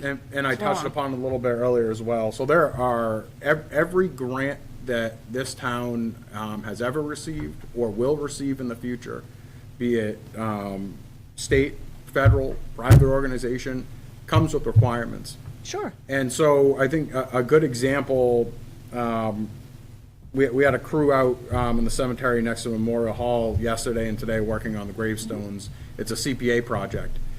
Middleton does not get access to CPA funds unless you vote on it at town meeting. And you voted voluntarily to enter into that program. We have a CPA guru here who will probably tell me more about it. That's typical. And I understand. I'm sorry, was there a condition in that to get money to fix cemetery stones? Well, the condition is you have to raise your taxes voluntarily to get a match up to a certain % from the state. That's the condition, right? So I could point at literally every single thing that we receive that doesn't come from local coffers, and I could pick out the conditions for you all day. They all come from I would say the grant that we just received to do the work in front of Howe Manning, there were conditions on that grant. We received notification that we received the grant, and within the grant notification in the contract, there are conditions that we have to meet. But Brian, were they to the extent that we have to revote something and add 455 apartment units to this town, where that corner in 114 will be a Because the Mass Works grant program disaster? was a program that was specifically designated during the legislative intent on the MBTA zoning that called it out. But this is a bribery, this is blackmail. So, and here's the deal. Yes? Town meeting can tell the state to take the grant We already and put it did. with a sun. We already did in May, as Anthony We said. hadn't received the grant. Brian, I'm sorry, bring up the video, as they say. Everyone knew in that meeting, you guys all spoke and said, we have the possibility of getting 2.5 million at that time in May. 2.5. You all said, Rick did, we never, the jail, we got penalized in Middleton for 30 years, we've never seen the money. But if you say yes, we have the potential of getting 2.5 million. We still said no. I would add something to it. I brought up before, when we were preparing for town meeting, we knew that there's a possibility of the grant. I brought up to this board, should we hold off and vote at a fall town meeting and not vote on this at the May town meeting? And everyone on this board said, no, Jeff, let's vote on it in May, and whatever happens, happens. You can watch the videos from those meetings. That is exactly what happened. Thank you. Well, and the idea was, let the people vote. And we did. We didn't have We did. And we didn't have $2 million. Rick, we were told in that meeting, again, bring up I'm the just video. saying, that's how that went down. But we From there. we were told at that meeting, bring up the video. We were told at that meeting, there's a possibility of getting a $2.5 million possibility. You don't have it now. To say we do is wrong because it says Well- revote. All right. Here's Are you where telling me here's where am I I come on reading it this. wrong? I don't want to bend the knee to stay like anybody else. My point is this. This is too big a deal for the town of Middleton, taking the long view. Okay? And that's why we just want to make sure. No, I'm sorry, you're asking for You 400. voted that way, you're I know. asking for 455 more apartment units I to can- get $2 million. So, could I ask you a question? Could I ask you a question? Yes, absolutely, So- Brian. It was put to the people and it was voted down. So the voters in Middleton We didn't said, have them. We didn't have $2 million. Strenuously. didn't Yeah, have we it. get it, but we voted it. We didn't have the $2 Mr. million. Chair, Rick, if I could there's ask- a Yeah. member of the ZBA that wants to. yeah, say- and if I could just ask one question before you turn it over to the ZBA. So, me, or can I so the sit down? voters of Middleton, Are you yeah, no, asking no, me no, a question? this No. is more of a rhetorical. So I can sit down. Sure, thanks, I've Maria. said, I think I've Thanks, said Maria. enough. So, the voters of this town said no to additional funding for police and fire. Town meeting said yes, the voters said no for police and fire. I believe our fire chief is here. He never misses a meeting. Chief, our former fire chief is here, who's a member of the Finance Committee. We have a critical need for firefighters, and specifically firefighter paramedics, a critical need in this town. Folks going to freak out if we come back again to town meeting in the spring and actually ask for funding again for the fire department?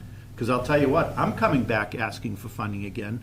Why? Because I've seen clearly the need for additional paramedics because of shift shortfalls that we have in this town.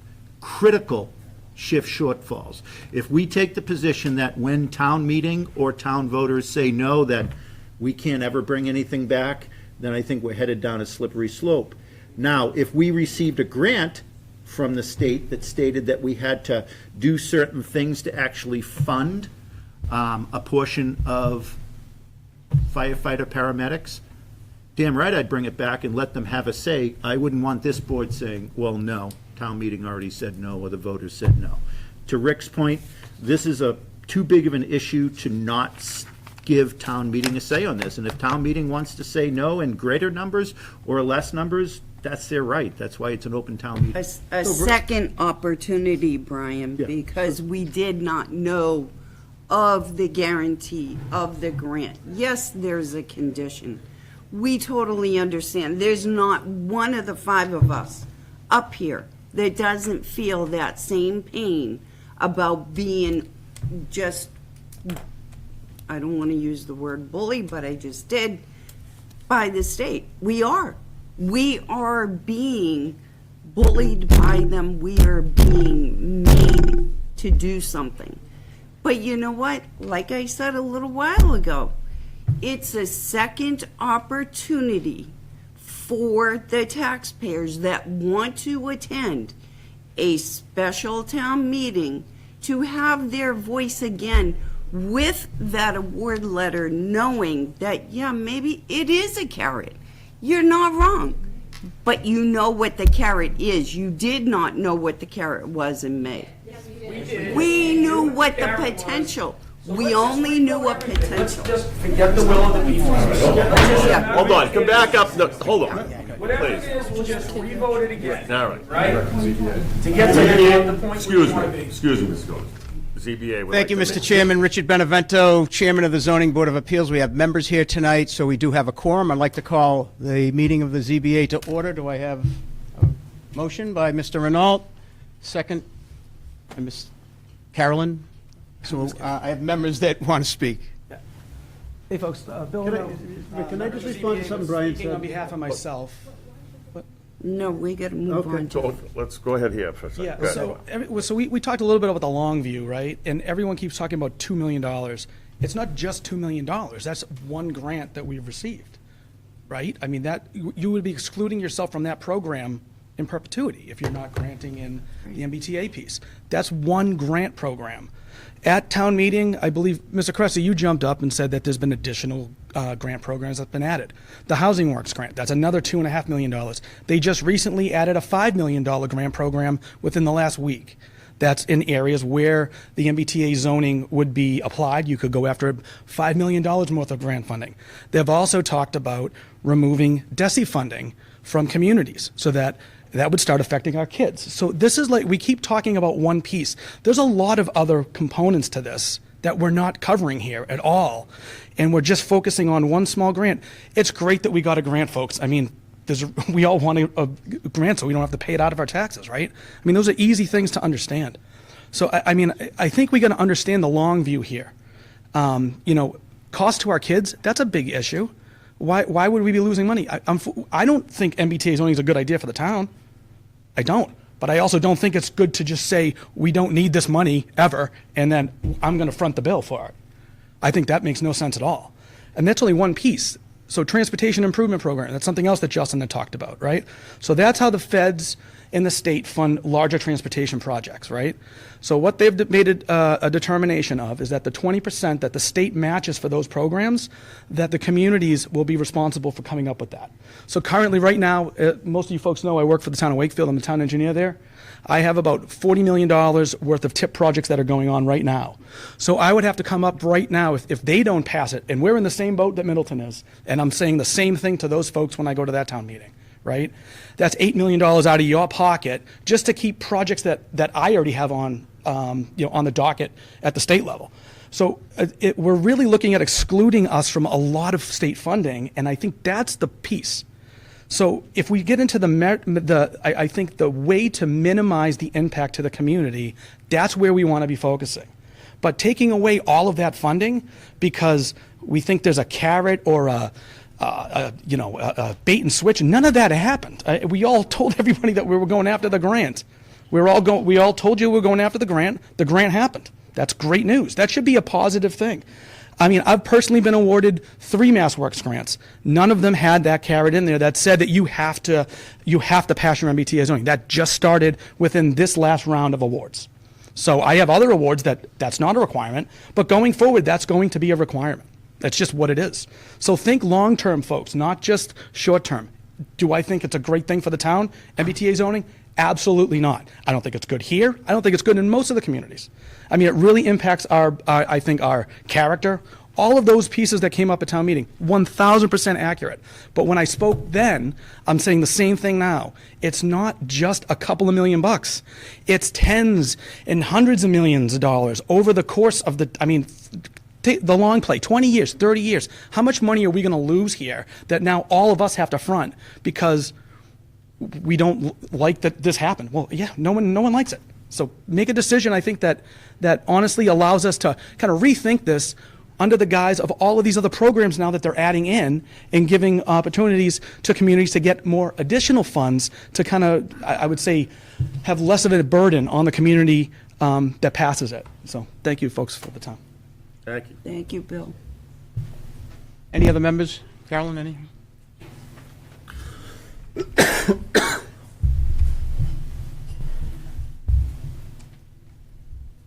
I'll just say that I can appreciate, as a mother of small children who has a full-time job, I can appreciate that sometimes it's like things come up and you don't even know that it was happening. As a member of the ZBA, we started the first time in my notes, I went back in my notes, the first time I have the mention of the MassWorks grant application was November 16th, 2023. I believe it was before then, but my notes aren't always complete.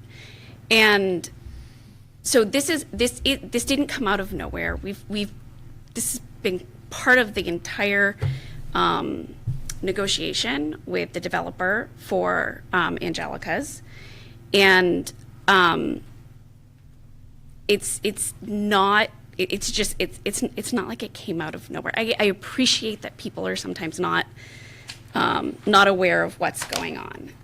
The other thing that I will say is during was a grueling 40B hearing over the course of, 10 months, I think? Or at least. it was a lot.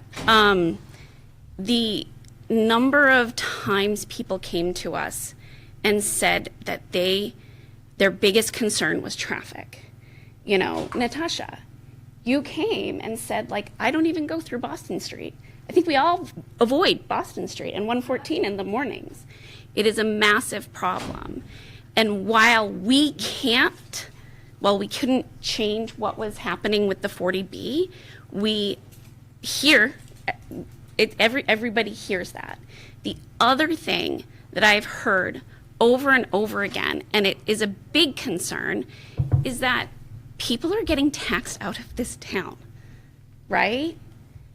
I have a neighbor who will not be able to go anywhere in town because nothing exists for them. And that's a shame because we're a community. And I think that one of the ways that we make sure that we are doing everything to take care of the people who can't afford an additional $600 or whatever, a year, whatever, is to find other ways to pay for that. And that's exactly what happened here. And as a voter, I think it's really important, for me, not a member of ZBA, Carolyn, I just think it's really important that when the stakes change, that the voters are given the opportunity to weigh in. Thank you. Thank you. Bill, anything else? Okay. I'll just make just a couple of comments because, as you all know, this was a very long and rigorous process with the Zoning Board of Appeals, with the Angelica project. Traffic was, as you know, what my background is, traffic, right? That's what I do, traffic engineering and so forth. It was a big issue for me, personally, as a member of the ZBA, as how we were going to handle the project and handle the effects of the project. The fact that we have a couple $1 million to make these improvements with additional contributions from the developer, I think is a good thing for the town. If anyone thinks that we shouldn't do anything, or, I don't know, wait 10 years before we do something in Middleton Square, raise your hand, because I don't think that's something. I mean, right now, unless you have an hour to kill on a Friday night, you can't get from River Street to the other side of Middleton Square. Something needs to be done. There are certain caveats, in addition to the caveats that are on grants with this particular roadway, right? It's state highway. So if we're thinking, gee, maybe we can use some Chapter 90 money to fix it, can't do it. Can't use Chapter 90 money on a state highway. Are we going to have that kind of money to do it later? Costs are escalating. We're seeing 30% increases in projects annually. So the cost of the project is going to continue to go up. In terms of the adaptive system, it's great. If the developer just does that, that's just the traffic controller. It's not new signals. It's none of that. We're just putting a different controller in the cabinet to make the system work a little bit better. The project envisioned that we talked about with the Zoning Board of Appeals and the developer, with the help of this grant, is not just putting in new traffic signals. The town has an adopted complete streets policy. We need to be accommodating all users. So it's not just going to be traffic, it's going to be pedestrian improvements, it's going to be ADA improvements, it's going to be all of those things, so that Middleton Center, Middleton Square, is not just a place that people from Danvers are trying to get to Andover. The envision here is that we reclaim town center. And that's what the Zoning Board of Appeals had a lot of discussions with the developer about. Would I like to see this happen? It needs to happen. The fact that we got this grant, I think, is worth another discussion, certainly, with the voters in the town. I mean, I understand. I was at town meeting that night also. Was the proposal for what we're thinking about in terms of the MBTA zoning, was it presented fully so that we all understand it completely as to what the impact this was? Because as I'm listening to town meeting that night and I'm listening here tonight, is this an issue of we don't want government telling us what to do, or we don't like what the outcome of the MBTA zoning might be? There's two different things, is what I'm hearing. we don't want anybody telling us what to do, so we're going to throw the baby out with the bathwater, as opposed to looking at it deeper in terms of what we could do with MBTA zoning, whether it's at the Ferncroft, whether it's at Bostic's, or wherever it turns out to be. Do we identify a spot where it has minimal impact on the town, right? Minimal impact on the town, but we're still complying with whatever the state's looking for. Have we had that larger discussion? I don't think we have. We didn't. So that's kind of where, and I understand the frustration of folks saying, hey, look, we already voted this. Did we vote it with eyes wide open, I guess would be my question. Yes. So you know, all right, and not that, see, if I was chair, I would be banging the gavel because you're out of order, but I'll answer you anyway. You were asking a question. But I wasn't asking you, it was a rhetorical question, okay? But what I would say is, did everybody get their questions answered at town meeting that night relative to what the MBTA zoning is going to mean? Because what I heard was, we don't want government telling us what to do. That's what I heard. So if it means this grant, and my colleague, Mr. Renault, talking about not just this grant, but future grants. And the fact, if the town goes after a TIP project at some point, and they're awarded that TIP project, the 20% match that comes from the state, and many of you know, what I do is I help cities and towns find money, particularly TIP money. If we have a $4 million project that we get on the TIP, we're gonna own 20% of that. Are we just gonna say, you know what, we don't want the $4 million now because we can't come up with our match? So there's a lot of things here, and I don't think we've completely vetted it out. So with that, I'll accept a motion to close the ZBA meeting. You want to keep it open? We'll keep it open? Okay, we'll keep it open. Hey, how you guys doing tonight? I just want to respond to something Brian said and something Rich said, which kind of combined. So Brian mentioned that we might be coming back for an override for police and fire. And I'll be the first one to advocate for that. But nobody here is advocating for a special town meeting in the fall to do that. We're going to do it in May. And if through the proper channels, if someone wants to bring the MBTA zone back in May, we can have that discussion. But nobody is advocating a special. There's a much more emergency in the town of Middleton right now in public safety than there is. Jeff, waiting. you just stated that you didn't want to take the MBTA zoning up in May and you wanted to call a special this fall to have it. You just said that about 20 minutes ago. You literally said you wanted to put off the MBTA zoning to a special election in the fall. A special town meeting. I said no, that's what you said, right. but now you just said. But it wouldn't have been voted on. I said when it came up, if we want to do it in the fall, do it once, not do it twice. Okay. So nobody's called. Okay. We have a much more need for I'm not public calling safety for a than we do special little town traffic meeting on for 114. police and fire Let me this year. finish. And then Rich said something. Is it about not the government telling us what to do or the results of the MBTA? For me, there's a third issue, which is the biggest issue of all, and that is revoting, having a proper town meeting, voting on something at town meeting, and then holding a special town meeting to reverse that vote. Whether it's anything, it's not, to me, that's the much bigger issue than the MBTA, the government telling us what to do with the MBTA zone or what's going to be built. No, my issue is that I believe in the town meeting process. We had a town meeting, and we shouldn't, just because we don't like the vote of the town meeting, the five of us say we're going to call another town meeting, try and reverse it. Brian talks about a generational change, moving some traffic. I think that would be a generational change for the town of Middleton, and a precedent that, the select board doesn't like something that town meeting voted in May, let's have a special town meeting and try and re-vote it. That's how I feel. I'd like to point out one other thing. We've been talking about traffic and capacity and congestion. One of the things we haven't talked about is that Middleton Square is a high crash location.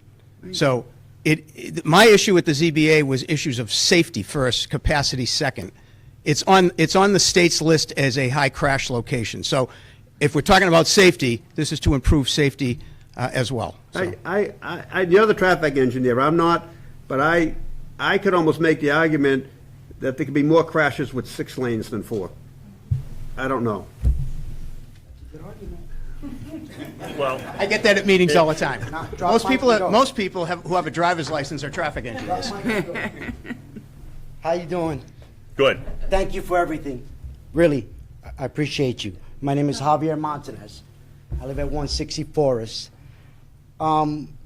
15 towns said no to this, correct? Was it 15?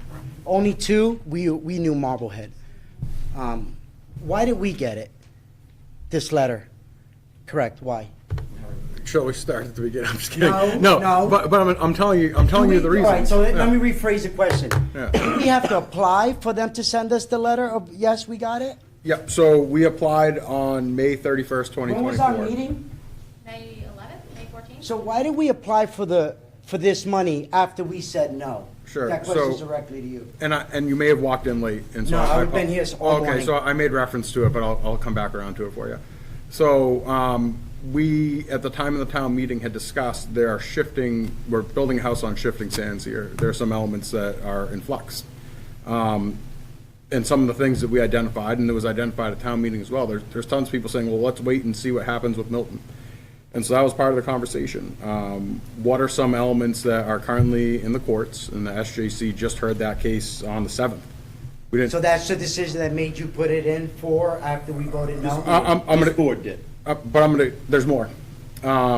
So there's that thing that was outlying. There was some legislation that was proposed from Senator Tarr and some others, I'm sure. Representative Jones. Rep. Jones as well, looking to potentially tweak the law. That's something that could come through So I get you, any I day get you, now. I get you. I don't want to cut you off because I want to give other people time. So I'm going to be quick, though, because I want to bring it home for anybody else that missed it. And so the reason that we applied is we didn't want to take ourselves out of the running by not applying. Did you talk to any of your brothers, sisters, other towns that voted no? And were they applying also with that same mindset? I mean, I don't talk with other Okay, communities so to that then, degree. my next question would be, or my next request would be, if you're gonna do that after we say no, could you let us know you're doing that I did. ahead of time? So we all knew that this was going to go through? I did in several public, it's right behind you, in several public meetings. Somebody mentioned that we're trying to backdoor this. We're No, front. no, no, It's a forget front that. door. That's nonsense. That's nonsense. Everything we do is in the That's daylight. nonsense, It's, man. Just people mad. I appreciate it. But genuinely, I've made a point to go out of my way, and I hope my board unanimously So feels the you same. announced it that you were gonna apply for this Yes. after we said no? And this board, Openly. That's all on record. And this board Openly. stated Numerous that we were, times. and I will also state, town meeting was May 14th. The vast majority of the work for this grant had been completed before the 14th. The vast majority. I'm not cutting you off. Like I said, I want to give other people a chance. What Javier Montanez is saying is that we said no. So it should end it right there. Period. And I know that this suffers. We're gonna suffer a little bit. Maybe suffer down the future a little. Yep, I mean, right? that- We the are, but idea we've is been probably suffering. a lot. I don't need four companies that's telling the me there's discussion. traffic on 114 and 62. That's all I anybody live here. talks about. Yeah. I live here. I know there's traffic there, you know, so I just think that it doesn't look good. The appearances of all this looks bad. I'm just telling you I'm friendly, all right? I'm telling you it looks bad. But if it ever comes up to vote again, I will vote no on it. Because I don't Fair like enough. being pressured. Follow me? That's you're So, right, obviously, and that's what I love about open town meeting. That's what I And you'll love love about me it. even more, because this is the way I speak. So, thank you so much. I appreciate you. No, I thank really you. do. Thank you. All right. All right. That- Anyone else? Finance committee or planning board. Finance committee doesn't have a quorum, they have to be If, careful. someone from the finance committee or the plan, oh, I'm sorry, go ahead, you want to speak? Yes, so Michelle Shank, 5 Emerson Lane. Just listening to everybody tonight, my thoughts are, that night at town meeting, there was a room full of a lot of smart, educated people. You did do a great job explaining everything that was at stake. We did know that there were potential grants that could be lost. We stood up and we voted, and we didn't like what the Ferncroft area might have been, how that would have impacted people. We decided to take a stand. And sometimes taking a stand might cost you, and sometimes you die on the sword. We took a stand that night, and it just feels like you aren't acknowledging the process, the town process. It's just my opinion. We spoke, the people spoke. Very good. I'd like to recognize somebody from the finance committee. Yeah, good evening. John Erickson, 19 Campbell Road. I'm the one of the co-chairs of the Finance Committee. I was at the last May town meeting as well. And to me, the actual awarding of the grant is a material change in the circumstances, and I just can't walk away from $2 million. So I think that we need to put it in front of the people again, and when there's really $2 million at stake, not maybe, possibly, honestly, There. I didn't think we had a chance of getting it. So that didn't move it for me at all. I did. You thought we might get it? Because I thought the facts were crystal clear, that that intersection was damn near one of the worst in the North Shore. Other than sitting in traffic, I don't know anything about traffic, but I happen to, I mean, that's a terrible intersection, and the whole middle town is got a lot of difficulties. But I think something's going to have to be done. I'd rather have the state be able to fund part of it. So the Finance Committee doesn't have a quorum here tonight, so can't be speaking for them, but that's my opinion anyway. Thanks. All right. Thank you, John. Thanks, John. And if I could recognize somebody from the planning board?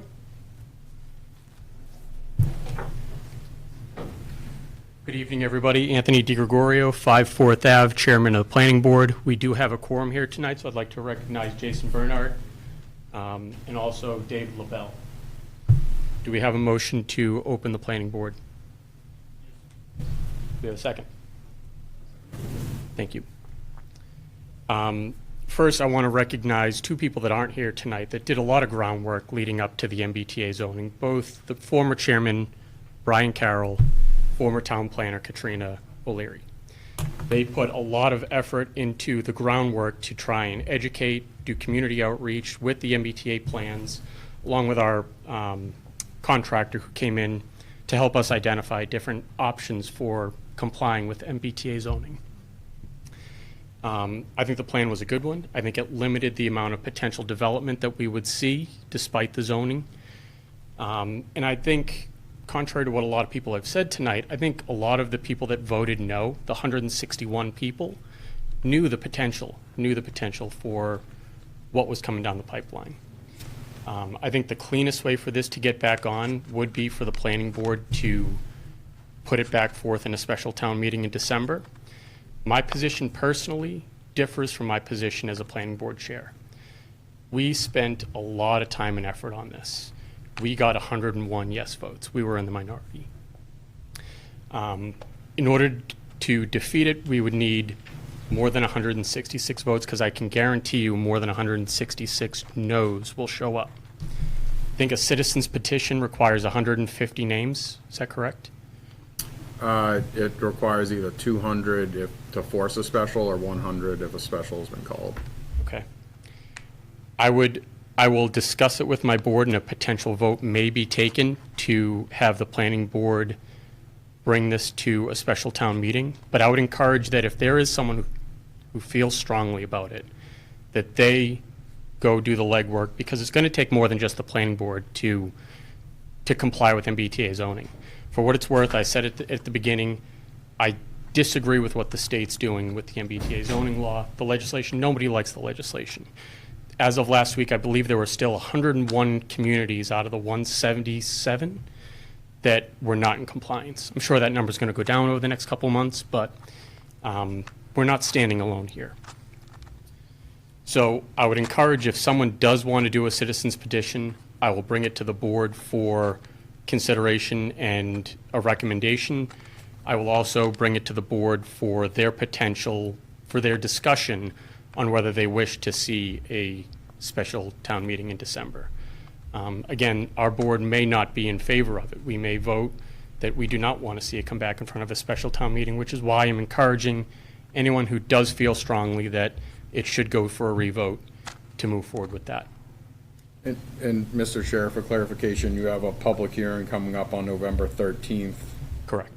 To discuss ADUs, but you have a meeting Thursday of this week to discuss, I guess, an update on ADUs with the ZBA as well as Town council, I believe, to talk about the bylaw. Yep. Yep.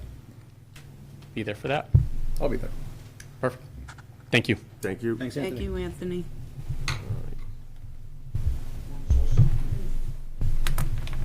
Hey everyone, Jeff Applestein, 7 Woodbury Lane. So, I'm trying to listen, it's kind of confusing. I was at town meeting, and, Is the plan, is the strategy to zone an area like wetlands? And so even though I think it's 750, we have to have build supposedly 750 multifamilies. Or existing. Okay, but is the idea, is the plan, the strategy, that we're going to outsmart the state, right? And we're going to zone basically undevelopable land, so we really aren't going to have to build and have, thousands of people potentially move here, especially as these things are built, and we see what's happening in Lexington, and I think it's Westford or something like that, that builders are going to build. So is the plan to zone an area that it won't be built because of environmental rules and other types of regulations? Is that the plan? Like, you guys don't think that we're actually going to have to build these, 300, 400 multifamilies? And that's really what's going on here? Hold on, So, I'll let Deb answer the that. way the legislation has written this, and I'm sure Anthony can correct me if I say anything incorrect. So we actually, when they rolled out this MBTA zoning bylaw, what they did was they actually gave the municipalities assistance in identifying the lots with the least impact on them for their community. There are certain things that are attached to it, like the number of units, the And what number about of the acres. public transportation's got to be within a certain area? That's a whole other circle, but yes, I can answer that. So there had to be a certain number of acres of upland. We couldn't just give them like the bog. We couldn't give them that. That would not comply.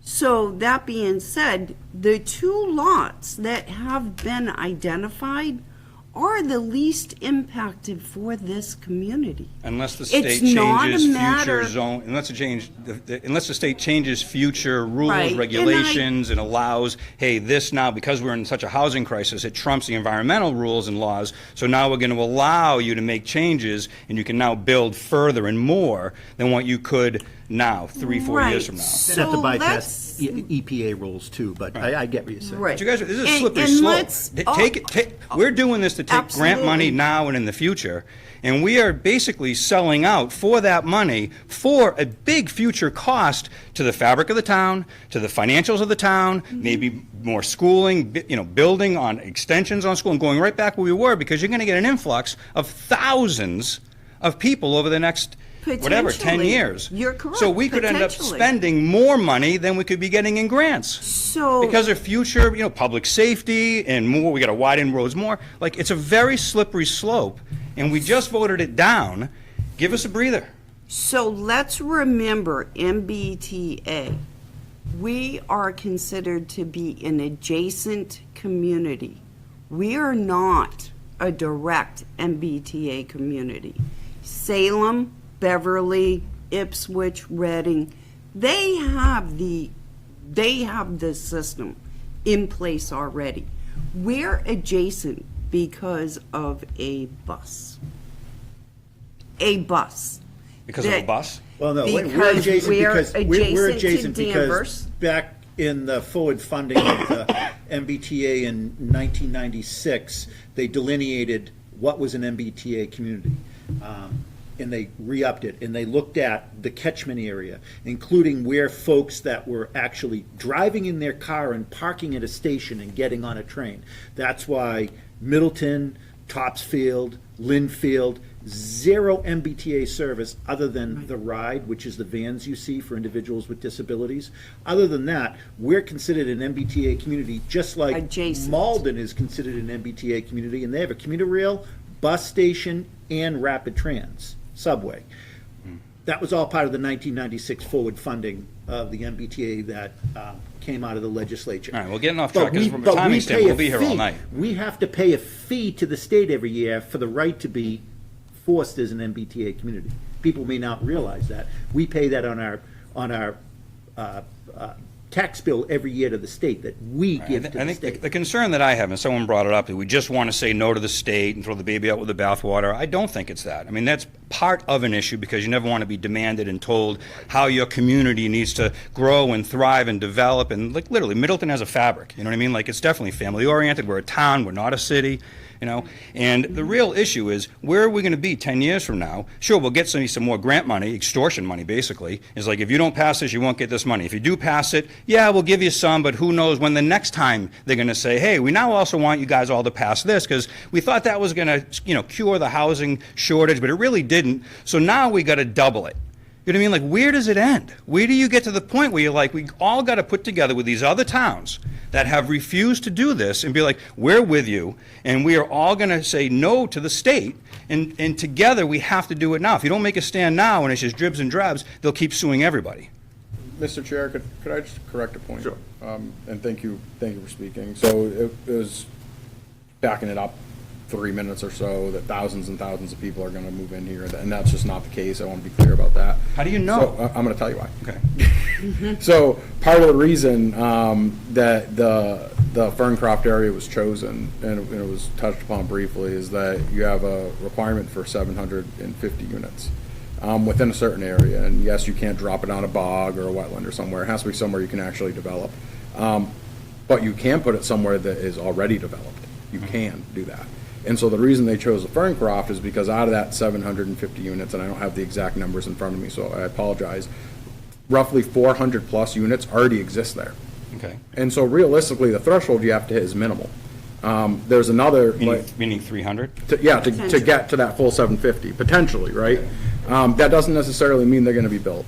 The other piece, or reason why that area was chosen, is because there are towers there. They're already there. And it would be cost prohibitive, realistically, for a developer to come in, tear down the towers just to build bigger towers. Even if they built bigger towers, there's already towers there, right? So that was another one that kind of checked the box. We're like, okay. Another element is a lot of the units that are there are small units. They're very few 2 bedrooms. And we actually ran the list to see how many school-age children actually live in those towers, and I think it came back with like 2 or 3. Zero. Oh, excuse me, 0. It's just not the type of housing that families are realistically looking for. Okay, so let me bring back to my original. So your strategy is that, right, we're going to have a way that we're not going to have to build 750 because we already have the existing, and the most would be 300, and they're not going to be all 3 bedrooms. So what would be the amount? I mean, there's so much going on right now, go on forever. But again, the idea is, you know, if we bring this back next spring, you know, I don't think you should jam it in December. I mean, that's kind of slap in the face of the town that we just voted on it. But if you bring it back next year, and I understand, I've been on boards before, and you keep going. I was on the school board when we voted it down twice, you know, many years ago. And so I understand that, but it's too soon right now. And bring it up and say, look, we really think this is how many people are going to move in. This is going to be the cost going forward. And if the state comes back again, then what are you going to do? And say, now you're moving the goalpost. Because the state does that. The feds do that. Government does that. They move the goalpost. How do you know they're not going to move the goalpost? Because this didn't quite get done what they wanted done. Right. And then they just move it. And we're just opening up Pandora's box. And now's the time to push back. So the reason that we're looking at that date, just to be clear for folks, because there were some people that expressed they felt like it was being rushed. And it's not an arbitrary date. It was one that was laid out in the legislation. Oh, I'm sorry. I'm getting tired. I've been yelling at you all for 2 hours. So the reason some folks have reached out and expressed they felt like it was being rushed, and I want to make sure people know that we've gone out of our way to talk about this early and often. Javier had made reference to it. Like, we've been talking about this for months because we didn't want people to be surprised. Yeah. The issue is we all have to pay attention, and we're so busy. We're not tuning into all your meetings. And we're boring. And that's just how we're it is. boring. Right. And so the issue is it's December 31st by law is the date that was established. So, let's see what happens after December 31st. Until May. Well, yeah, let's see what happens. We lose the grant. Lose the 2 million. And so that's the issue. All right. It's the cost of doing business, unfortunately. I just want to make sure to save maybe tens of millions down the road. And maybe not, but you got to let this thing play out a little bit. We voted, it didn't pass. We understood that there's going to be grants. We may lose this one, we may lose other ones. But after, we'll see what the state does. What are they going to sue? 50 towns? They may just make changes. They might make adjustments when they're like, oh, we didn't expect this level of backlash from this many towns. Let's let it play out a little bit. That's it. Yep, thank you. Thank you. One more. What's that? One more, sir. How are you? Coward, 26 Cabral. So the question I have is, if we were to put this zoning in, the overlay, and the state decided to change the rules and say you don't have to have that anymore, could we reverse that decision to reverse the overlay? Yes, we could. Okay, that's clear. So it's not a permanent situation. We can change that. Yes. Okay. So I am in favor of revoting this. I've been a town member a member at other towns. They re-vote on things when new information is given the next year. Maybe not the next 6 months, but the next year. So when people say things do not get revoted, it's not true. It happens in every town. And I've lived in 3 towns. This is the first one I've been that's an open town meeting. The others all have been closed. So I would be in favor of the select board saying, yes, let's revote this at a town meeting. I'll let you guys decide when that is. But maybe it's best to wait 9 months and get a lot of education out to the public. And I think there would have to be a lot of foot traffic to go grab people and get enough people to come to make it a real vote of, maybe 400 people coming, because you'll get the real numbers. So I did not attend that town meeting. I apologize, I was traveling, but I did watch it. And my view of the vote, it was really driven by emotion, that the bully can't tell us what to do. People were more driven about that than the reality of what are we losing, what are we giving up, what are the real facts. So thank you. Thanks. Thank you. All right. Okay, I lost my place. What number? We are on number 6. All right. Rick? 6. So, Mr. Chair, I'm sorry. Yeah. If this item is handled, I don't know, at some point we need to let the planning board and the zoning board adjourn, please, just so we don't forget to do that. Okay. It doesn't have to be right now. All but right. They will need to. Okay. Probably The planning after board number might talk about 6. ADUs, so All I right. wouldn't. So, As long as we don't to forget close, to do it to quickly someday. close this up, no one ever wants to disrespect the voters of the town. It's the last thing anybody up here wants to do. Whether or not anyone's reason was for voting yes or no happened, and, it seemed to us that to just turn it back on 2 million without putting it before the town in some way, shape, or form was negligent. So it's the way I want to leave that as we move on to item number 6. I think we I'm kinda sorry, talked about item 5 number and 6 7. together. So I didn't lose track. Item number 7, which will be an update on the planning board's ADU bylaw discussions. Speaking of Certainly. Sorry. state mandates, I'd just like to close the ZBA meeting. Oh, you're going to close, all right. Rich wants to get out of here. Oh, okay. Okay, then I guess we can close this one.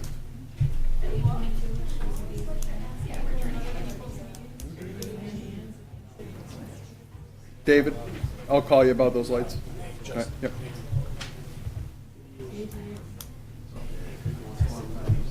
Okay, let's roll. Planning board, right? Yeah. Give them time to, Are they going to come up and join us? I don't know if Anthony, I can kick it off a little bit if you'd like. I think okay, planning- you guys want planning to is come right up staying. and join us if you want. Please do.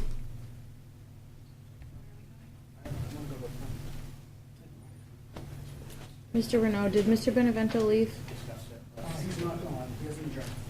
No, he adjourned. He but did adjourn. He adjourned and left. So, so at this time, the ZBA is at a minimum in recess. Okay. Yes. No, they Recess, I adjourned. like that. Sounds They Did you say adjourned. He tried to adjourn it, but he realized that he couldn't because they still wanted to talk, and then he left. I think he's in the Oh. hallway. Yeah, he's right No. there. But they did adjourn, right? He moved to adjourn and then realized his membership wanted to still speak. So I think, And he never had a second either. no. Just to kill the dead air, I'll kick this off a little bit. So there's another housing-related issue that was actually being discussed on a similar track to MBTA communities and then was dropped because there was belief that the state was going to take it up, which ultimately they did. So this August, in a piece of legislation signed into law by Governor Healy, there was an ADU, I guess it sprung forth an ADU bylaw discussion so that the town of Middleton has an opportunity to respond to new legislation that will take effect on February 2nd. And so the concern is discussed amongst the select board was whether or not they were comfortable, I guess, not having guardrails in place. That conversation went forth to the planning board recently, which resulted in them putting forth a November 13th public hearing to discuss the topic. There will also be a joint meeting with the planning board and the ZBA Thursday of this week and 2 nights to discuss the topic as well. And so with that said, Mr. Chair, if you'd like to maybe talk about how the meeting went.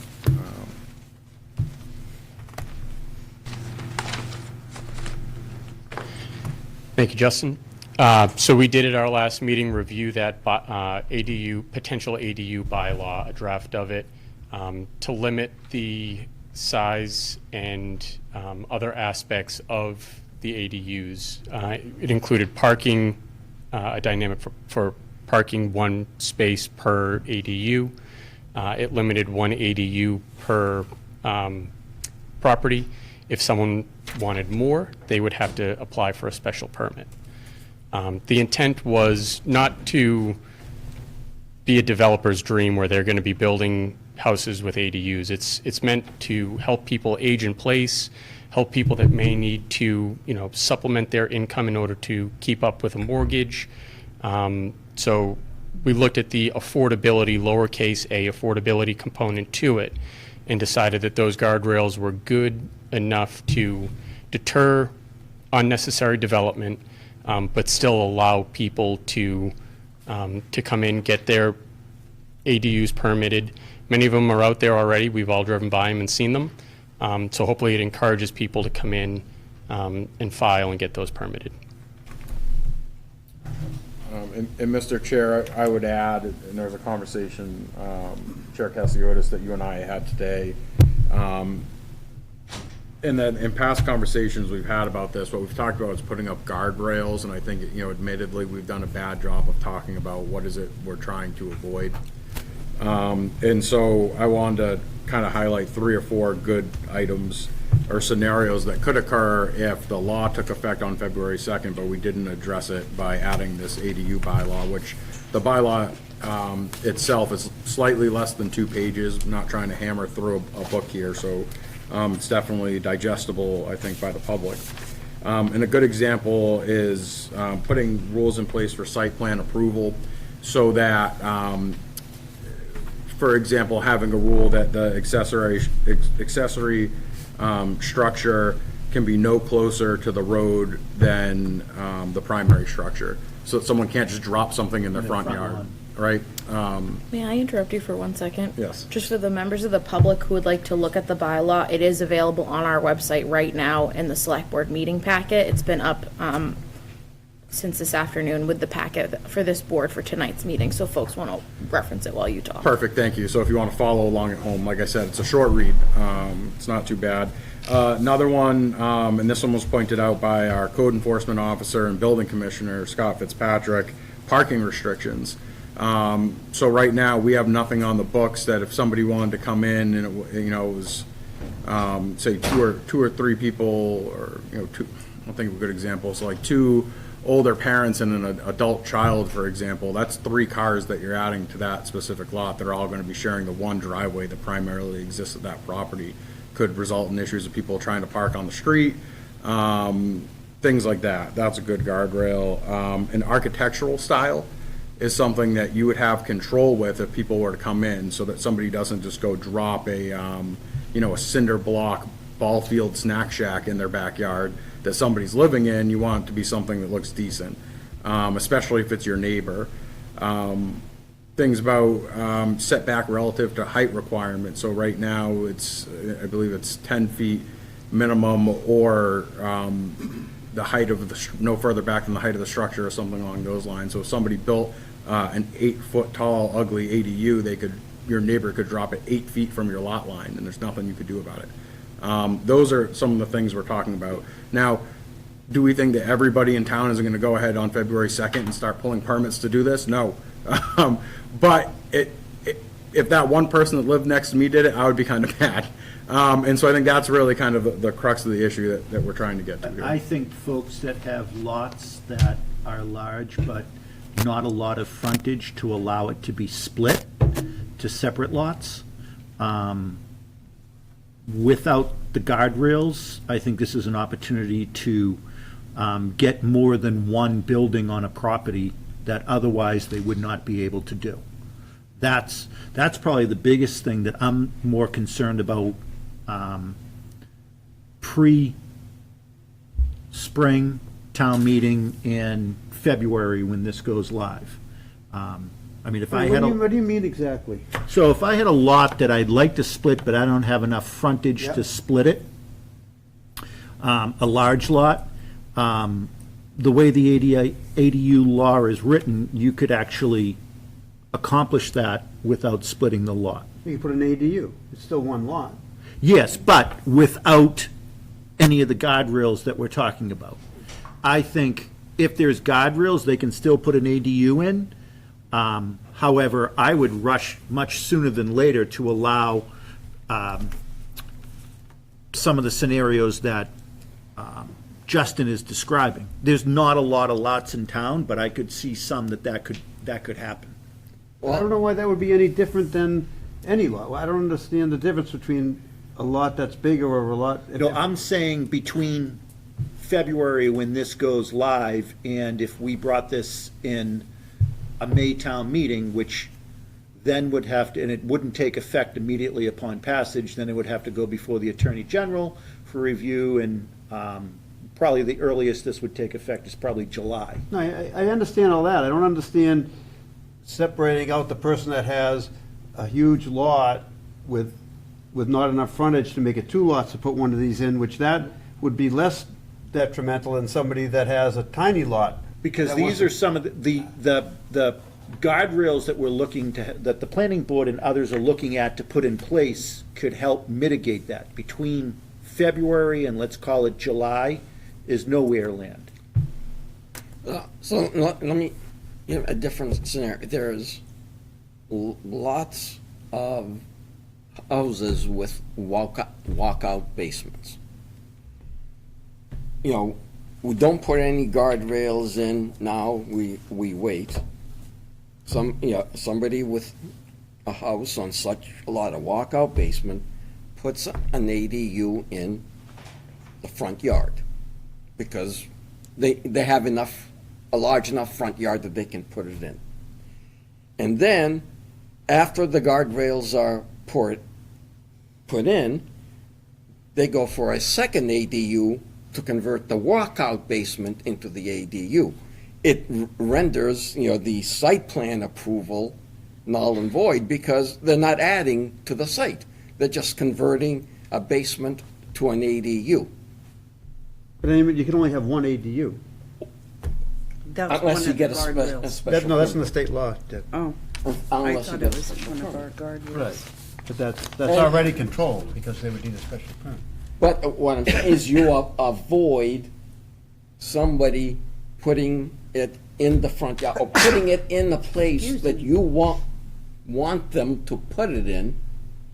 And that would be the case between February 2nd and whenever it, if we wait till May and pass it then and gets approved. So there might be a 6-month period where people, and if they know that those restrictions are coming, you're more likely to go ahead and do it if you want to do it in the front yard, and sort of impacts your neighbors, because I'm not sure how many neighbors would want to see, and then people want to see in their neighbor's yard an ADU in the front yard. So if we're going to do it now, might as well do it, if we're going to do it later, might as well do it now and avoid that. The one thing that comes to my mind is parking. I think we all envision the parking being in the driveway, on the property, someone that has a big driveway, there's plenty of room. It's public parking. What happens when those people, there's more than, they can have more than one person in 900 square feet, if I'm not mistaken. And now there's parking out on the street. Now it's next to your house. It's across the street from you. What we hear now, what people aren't aware of, we got people complaining trucks are starting up in the morning too early. I mean, these are but I'm thinking outside the lot, and I'm thinking the impact that this is gonna have. What barriers are there? What's in the law what have you seen that we don't have to, that we don't have to worry about that? Because I think that's a big problem. In my mind, I'd be concerned of that. Yep. So yeah, there's specific things, there's very limited regulations that we can put, very, very limited guardrails, and the state's pretty specific. Some of the things that we can't, or that we can and can't enforce, we can enforce, for example, and it is in our bylaw that we've come up with, that you cannot use these ADUs for short-term rentals. So you will not have, people checking in early, Airbnbs, checking out. It's really meant to try and help people, one, age in place, two, help retain some of the youth in our community. That we've got a great school system. We send a lot of kids to secondary education. We don't have places for them to come back to. And a lot of college-age kids that just graduated, they don't want to come back and live with mom and dad. So if the mom and dad can potentially help them grow by saying, all right, you're going to pay me rent, we're going to put you in this ADU, that's one of the uses that we envision this being used for. Is there a limit to how many people can live in an ADU? Don't believe we No. There's a square So in the footage. wintertime, when the parking ban is enforced, where would, let's say we got, all three of my kids are in it. Yep. They're all working and commuting to school. Sharing one bathroom? 'Cause it's gotta be Hey, Title young V, yeah, guys, it's- they don't care. Yep. And you've got what can we do to say, what's gonna happen in the winter? You need to have enough parking on the property that's having the ADU. Unfortunately, one of the requirements that the state made in the law was that we cannot require more than one parking spot per unit. It limits it to the max of one. Why is we Higher. limiting the short-term rentals at 31 days, and why not 90 days or 60 days? Is there a reason for, if you don't want truly to I be think that's short-term rentals, 31 days isn't much. Part of the state. Yeah, that's part of the state Yeah, it's requirement. part of the state Like, law. I couldn't tell you. To the point that I think we've been making is we're trying to walk the nuanced line of what we can and can't regulate. And if you do more than 30 days, like that is the legal definition of short-term rental for like the Airbnb, Vrbo type businesses. So to have an emergency town meeting for this, a lot of the stuff is so close to what is already, like, we can only regulate they need one parking spot. Almost every house in Middleton probably has enough room for one extra car. You say you don't want short-term rentals, but the only thing we can regulate is less than 30 days. So someone could rent it still 12 times a year. So I'm in favor of all these rules, and we should bring to a town meeting an ADU bylaw and put it in place. Do we need an emergency town meeting to do it? No. When we put the marijuana zone in, the bylaw review committee had, I'm still on the committee, I was on that committee, we probably had 8 meetings. So you're asking the bylaw review committee, if you want to do this in December, to have one meeting to review this, where there's so many, there was confusion, is it in the state law that they can only have one or not? Yeah, they can only have one. And now we were just talking about where they're gonna park 4 cars, but we can only regulate one. There's just so little we can do that the risk is in rushing this and trying to get it done 6 weeks from now, rather than take our time, let the bylaw review committee review it at 2 or 3 meetings, and then bring it to the May town meeting and in risk, you might get 1 or 2 of these in, but I don't even know what the risk is now that we're finding out that you can only rent it to one parking spot. I think we're just rushing this, and I see no reason to do this on December 12th. So I spent some time today actually driving up through my neighborhood and actually looking at every home in my neighborhood, Ogden Lane. And if you look at Ogden Lane, the way that the developer set out that property, and it's that development, it's very similar to what you see now in Middleton in developments. Very odd-shaped lots, pie-shaped, some of it was to give character to the neighborhood, and when you drive up my street, every home's facing in a different direction. What you have in my neighborhood is everybody has significantly large front yards, decent-sized side yards, and almost non-existent backyards. Almost every lot that I could see and determine today, if not every lot, the only place they could put an actual ADU separate from the walkout basements would be in the side or front yard. My home's a perfect example. Where it would have to go is in my front yard. It would look like absolute crap. It would. I don't know, maybe I could make it look pretty. I wouldn't be looking at it anymore because I wouldn't be living there any longer because I'm sure my wife would throw me out. But the reality is, there is going to be the likelihood that there is going to be some ADU that will happen prior to, between February and whatever we do at a town meeting, whether it's a special town meeting or an annual town meeting, finally gets promulgated by the Attorney General. And this is another example. I guess tonight's the night to complain about state mandates. Here's another example. The state passed this law and put a February mandate in and didn't give any thought to the actual towns, not cities, towns that have town meetings, whether it's an elected town meeting or a open town meeting. They normally happen in the fall, in the spring. And what they've basically set by the acquisition of this law and the implementation of this law and the promulgation of the regulations for this law is that a large number of towns, if they don't address this in an earlier town meeting, are going to have a window of having no ability to set it. Now, some towns may say, we're not going to do anything. It's the law. We're okay with it. I don't think we as a town are saying, we're okay with it.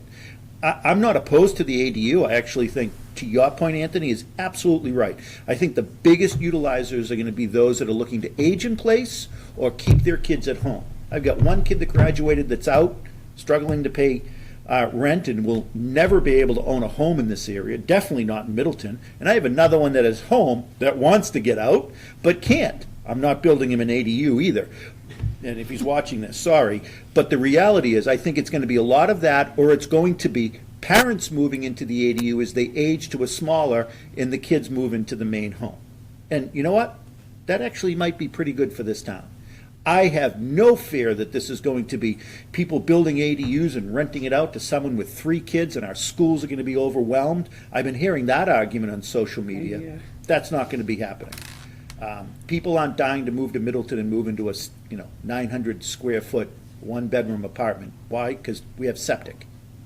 So my neighborhood is a perfect example of that nowhere land from February to whenever something gets promulgated and approved by the Attorney General after town meeting action, that we could see ADUs in a front yard. Brian, I think that the one area where I would argue against that is that people would be rushing to the town of Middleton, right? Because it's a great town, good school system, and then that would overburden the school system, which is already overburdened.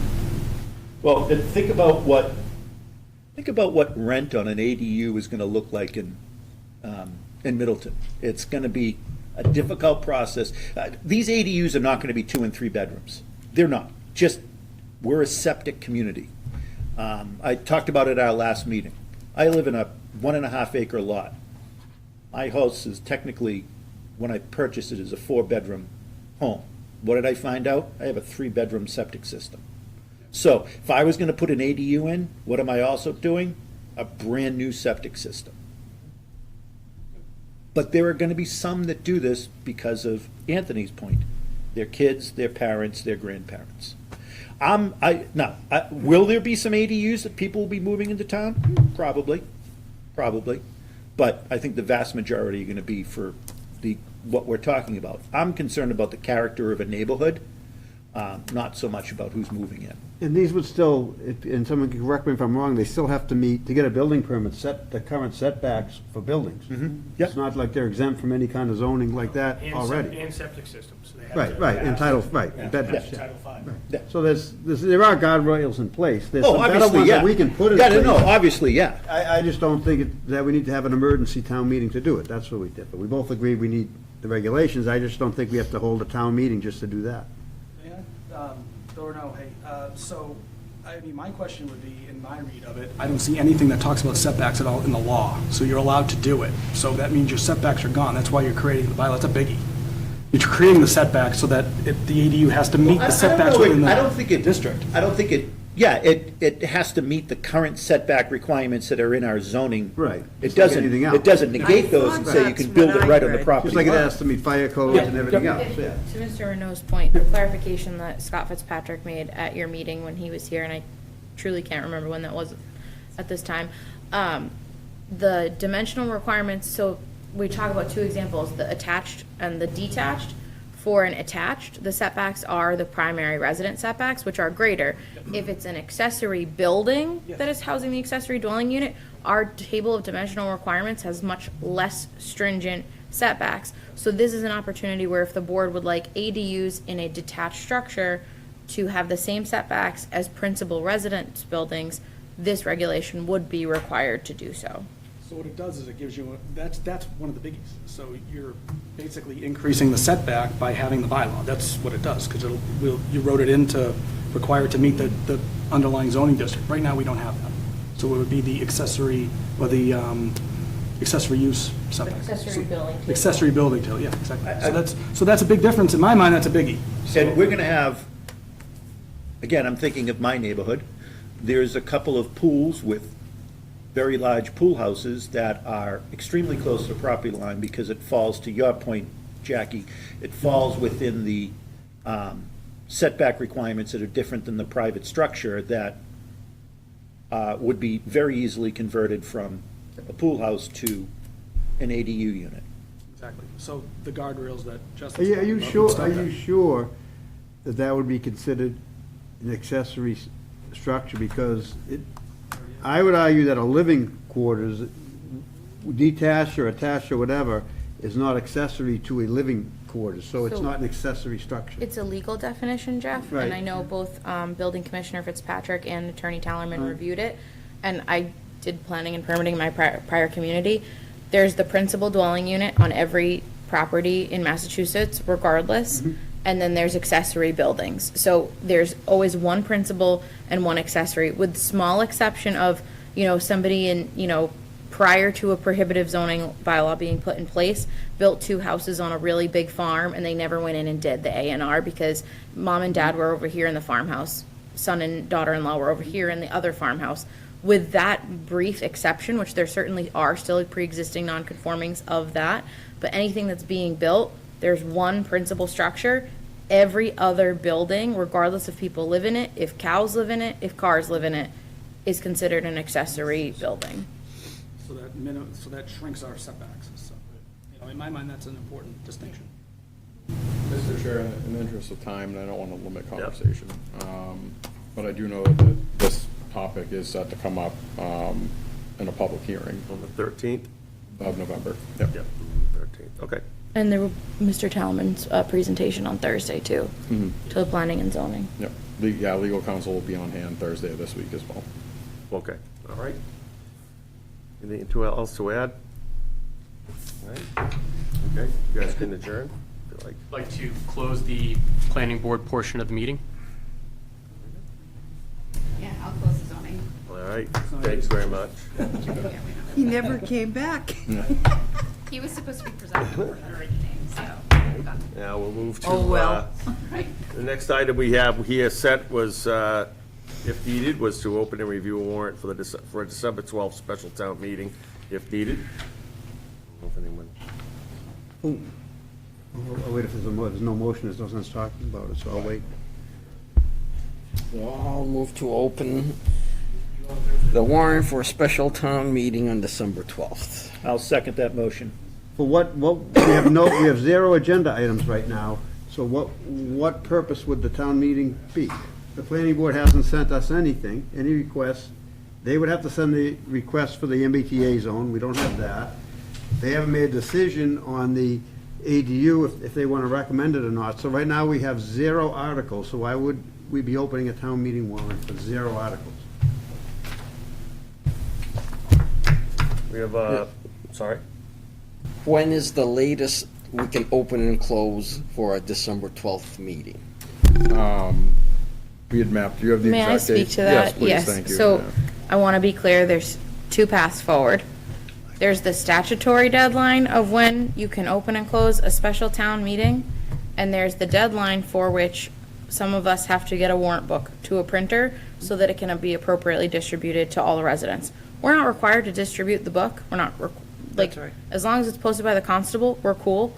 I've never been one to operate under that. So if this body would like a printed warrant mailed and distributed to all households, as we've historically, traditionally, appropriately done, you would need to close a special town meeting warrant on November 19th. That is 6 days after the planning board has their public hearing. You have already referred the ADU matter to them procedurally for their process. They would refer it back to you after their public hearing on November 13th. So respectfully, you have any time between now and November 19th to close a warrant. For the purposes of us, selfishly, we want to make sure the warrant's done well. We want to make sure it's done appropriately. I just would like to not do it all in one night, if possible, just logistically, it doesn't give staff a time to weigh in. We send it out to the department heads. We send it out to Madam Clerk and Madam Moderator for their review. So respectfully, November 19th is the last night you could close it, so we could meet a printer deadline. Thanks. And I apologize too. I have sent it to bylaw review. They're going to be scheduling a meeting. Jeff, you might have even already gotten that communication. I'm not sure yet. But all of that's been put in place. So the planning board, zoning board jointly meeting 6 o'clock on Thursday. And then at their regular scheduled time on November 13th, the planning board will have their notice, and that'll be in the paper as early as next Wednesday. The planning board public hearing is the 13th. Right. We don't have a current meeting scheduled on November 19th. So we couldn't close the warrant unless we met. Correct. But we could post one. We could post it for the 19th, and if we're going to be at their meeting, I'm sorry, I or missed. the quorum. Are you jointly posting with the planning board? Did I miss that? I'm bringing it to my peeps. Oh, okay. So we Apologies. currently have on schedule November 26th, and I think Correct. the appropriate path would be to cancel the 26th and replace it with the 19th, just to keep you in line with noticing requirements. Does that still work for Classification. the assessors and classification? No. Oh, Well, because you said it was rescheduled to the 26th. we could hold 2 meetings if we had to, but what I'll do is I'll check Or in they with can Brad. just get it done for the Or if 19th. they can do Yeah, it They're gonna be faster. The done a week scheduling wasn't a earlier. request of the assessors. Yeah, I would rather do it faster if we could. But, Correct. But I'll give Brad the courtesy of checking. Okay. I think I agree. I think we should put a special town meeting for December on the books. I don't know if that For- requires for December 12th. For the, well, at this point, for an ADU bylaw. For potential, If I referred think back. we have to read it as potentially, because nothing is solidified, if you will. There are no It articles right now. would be the potential articles for the ADU and potential articles for the MBTA. Worst case scenario, it doesn't happen. But at least we have the vehicle in place in case we need to Yeah, have if we that don't- date open. Right. That's my take. Right, so if we don't have anything on the ADU bylaw for that, then it wouldn't happen. So we have a motion in a second. Yep, we have a motion and a second. One discussion, take a vote. Brian? Yes. Costa? Yes. Deb? Yes. Jeff? No. And I'll be yes. It's all right, Rick, I got you. All right, passes unanimously. No? No, Sorry. You can't do that to someone doing minutes this time So of night. that's, all right, so that's if needed. All right, item number 9 is donation acceptance. It has to be the largest donation I've seen. Close to it. Close to it. Yeah, we had a huge one during With the all due respect pandemic. to the highest, then, I take a motion to accept $25,000 to the Middleton Food Pantry from Sylvania Employees Association with great thanks. Second with thanks. Make that motion with thanks. And I'll second it with thanks. Okay, no further discussion, all those in favor? Aye. Aye. Opposed? Passes unanimously. Do we know why the Sylvania Employees Don't even know who they Association are. was so generous to our town? No, but we appreciate them very greatly. I'm assuming somebody is on their employee association that knows the great work that when you send a letter of thanks to them, if somebody could, maybe somebody from the food pantry could find out, I just. Yeah. Yeah, For why? that I assume volume, somebody's on. we'll to send a formal letter of thanks Yes. for that volume of donation. Yeah. Yeah, we'll get. Yeah, the something in nice front of paper with the nice letterhead. A good folder. The good too. stock. All right. Yeah. All right, so then let's, with that, let's move to number 10, which is the second review of the one-day liquor license policy for the town. Is it Jackie? Thank you. Yes, good evening, Mr. Chair. So I want to back up for a brief moment because some of the membership wasn't here for the first review. So at the prior meeting, I had submitted a study of several other communities and how they handle one-day liquor licensing. And I also had asked for a recommendation from our Chief of Police, Chief Sampson. He did not have any amendments, but one of the communities that we sampled was Swampscott, who did have slightly more stringent regulations than we do at this time. And there was some really good discussion, and I've added the highlighted section in your packet to our local requirements for one-day liquor licensing. So the discussion that was generated from the study and from the board at the last meeting, licensees are limited to selling 2 beverages per person per transaction, and all beverages must be opened by the tips certified personnel at the time of purchase. So those were the 2 changes to our previously adopted one-day liquor policy. I want to apologize, the prior packet had an older version of the one-day liquor that didn't have your map requirements. We talked extensively about it. You had voted it. It just wasn't on the paper, but that still is currently in effect.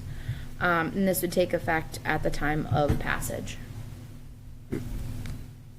I'll make a motion to accept the review and amendments for the one-day liquor license policy change.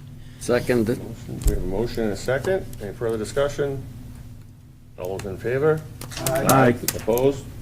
None? Passed unanimously. Good job, Jackie. Thank you. Thank you. Thank you very much, Jackie. Get that done. All right, any updates and announcements? Just, don't forget, Pumpkin Festival Saturday. Yep. Parades at 5:30, haunted hay rides afterwards, apple pie and ice cream and other goodies.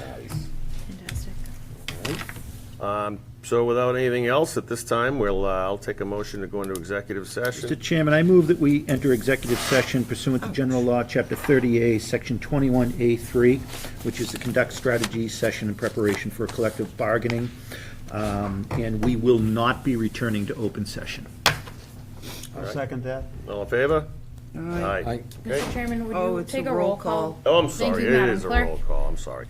Deb, please, a roll call vote. Brian? Yes.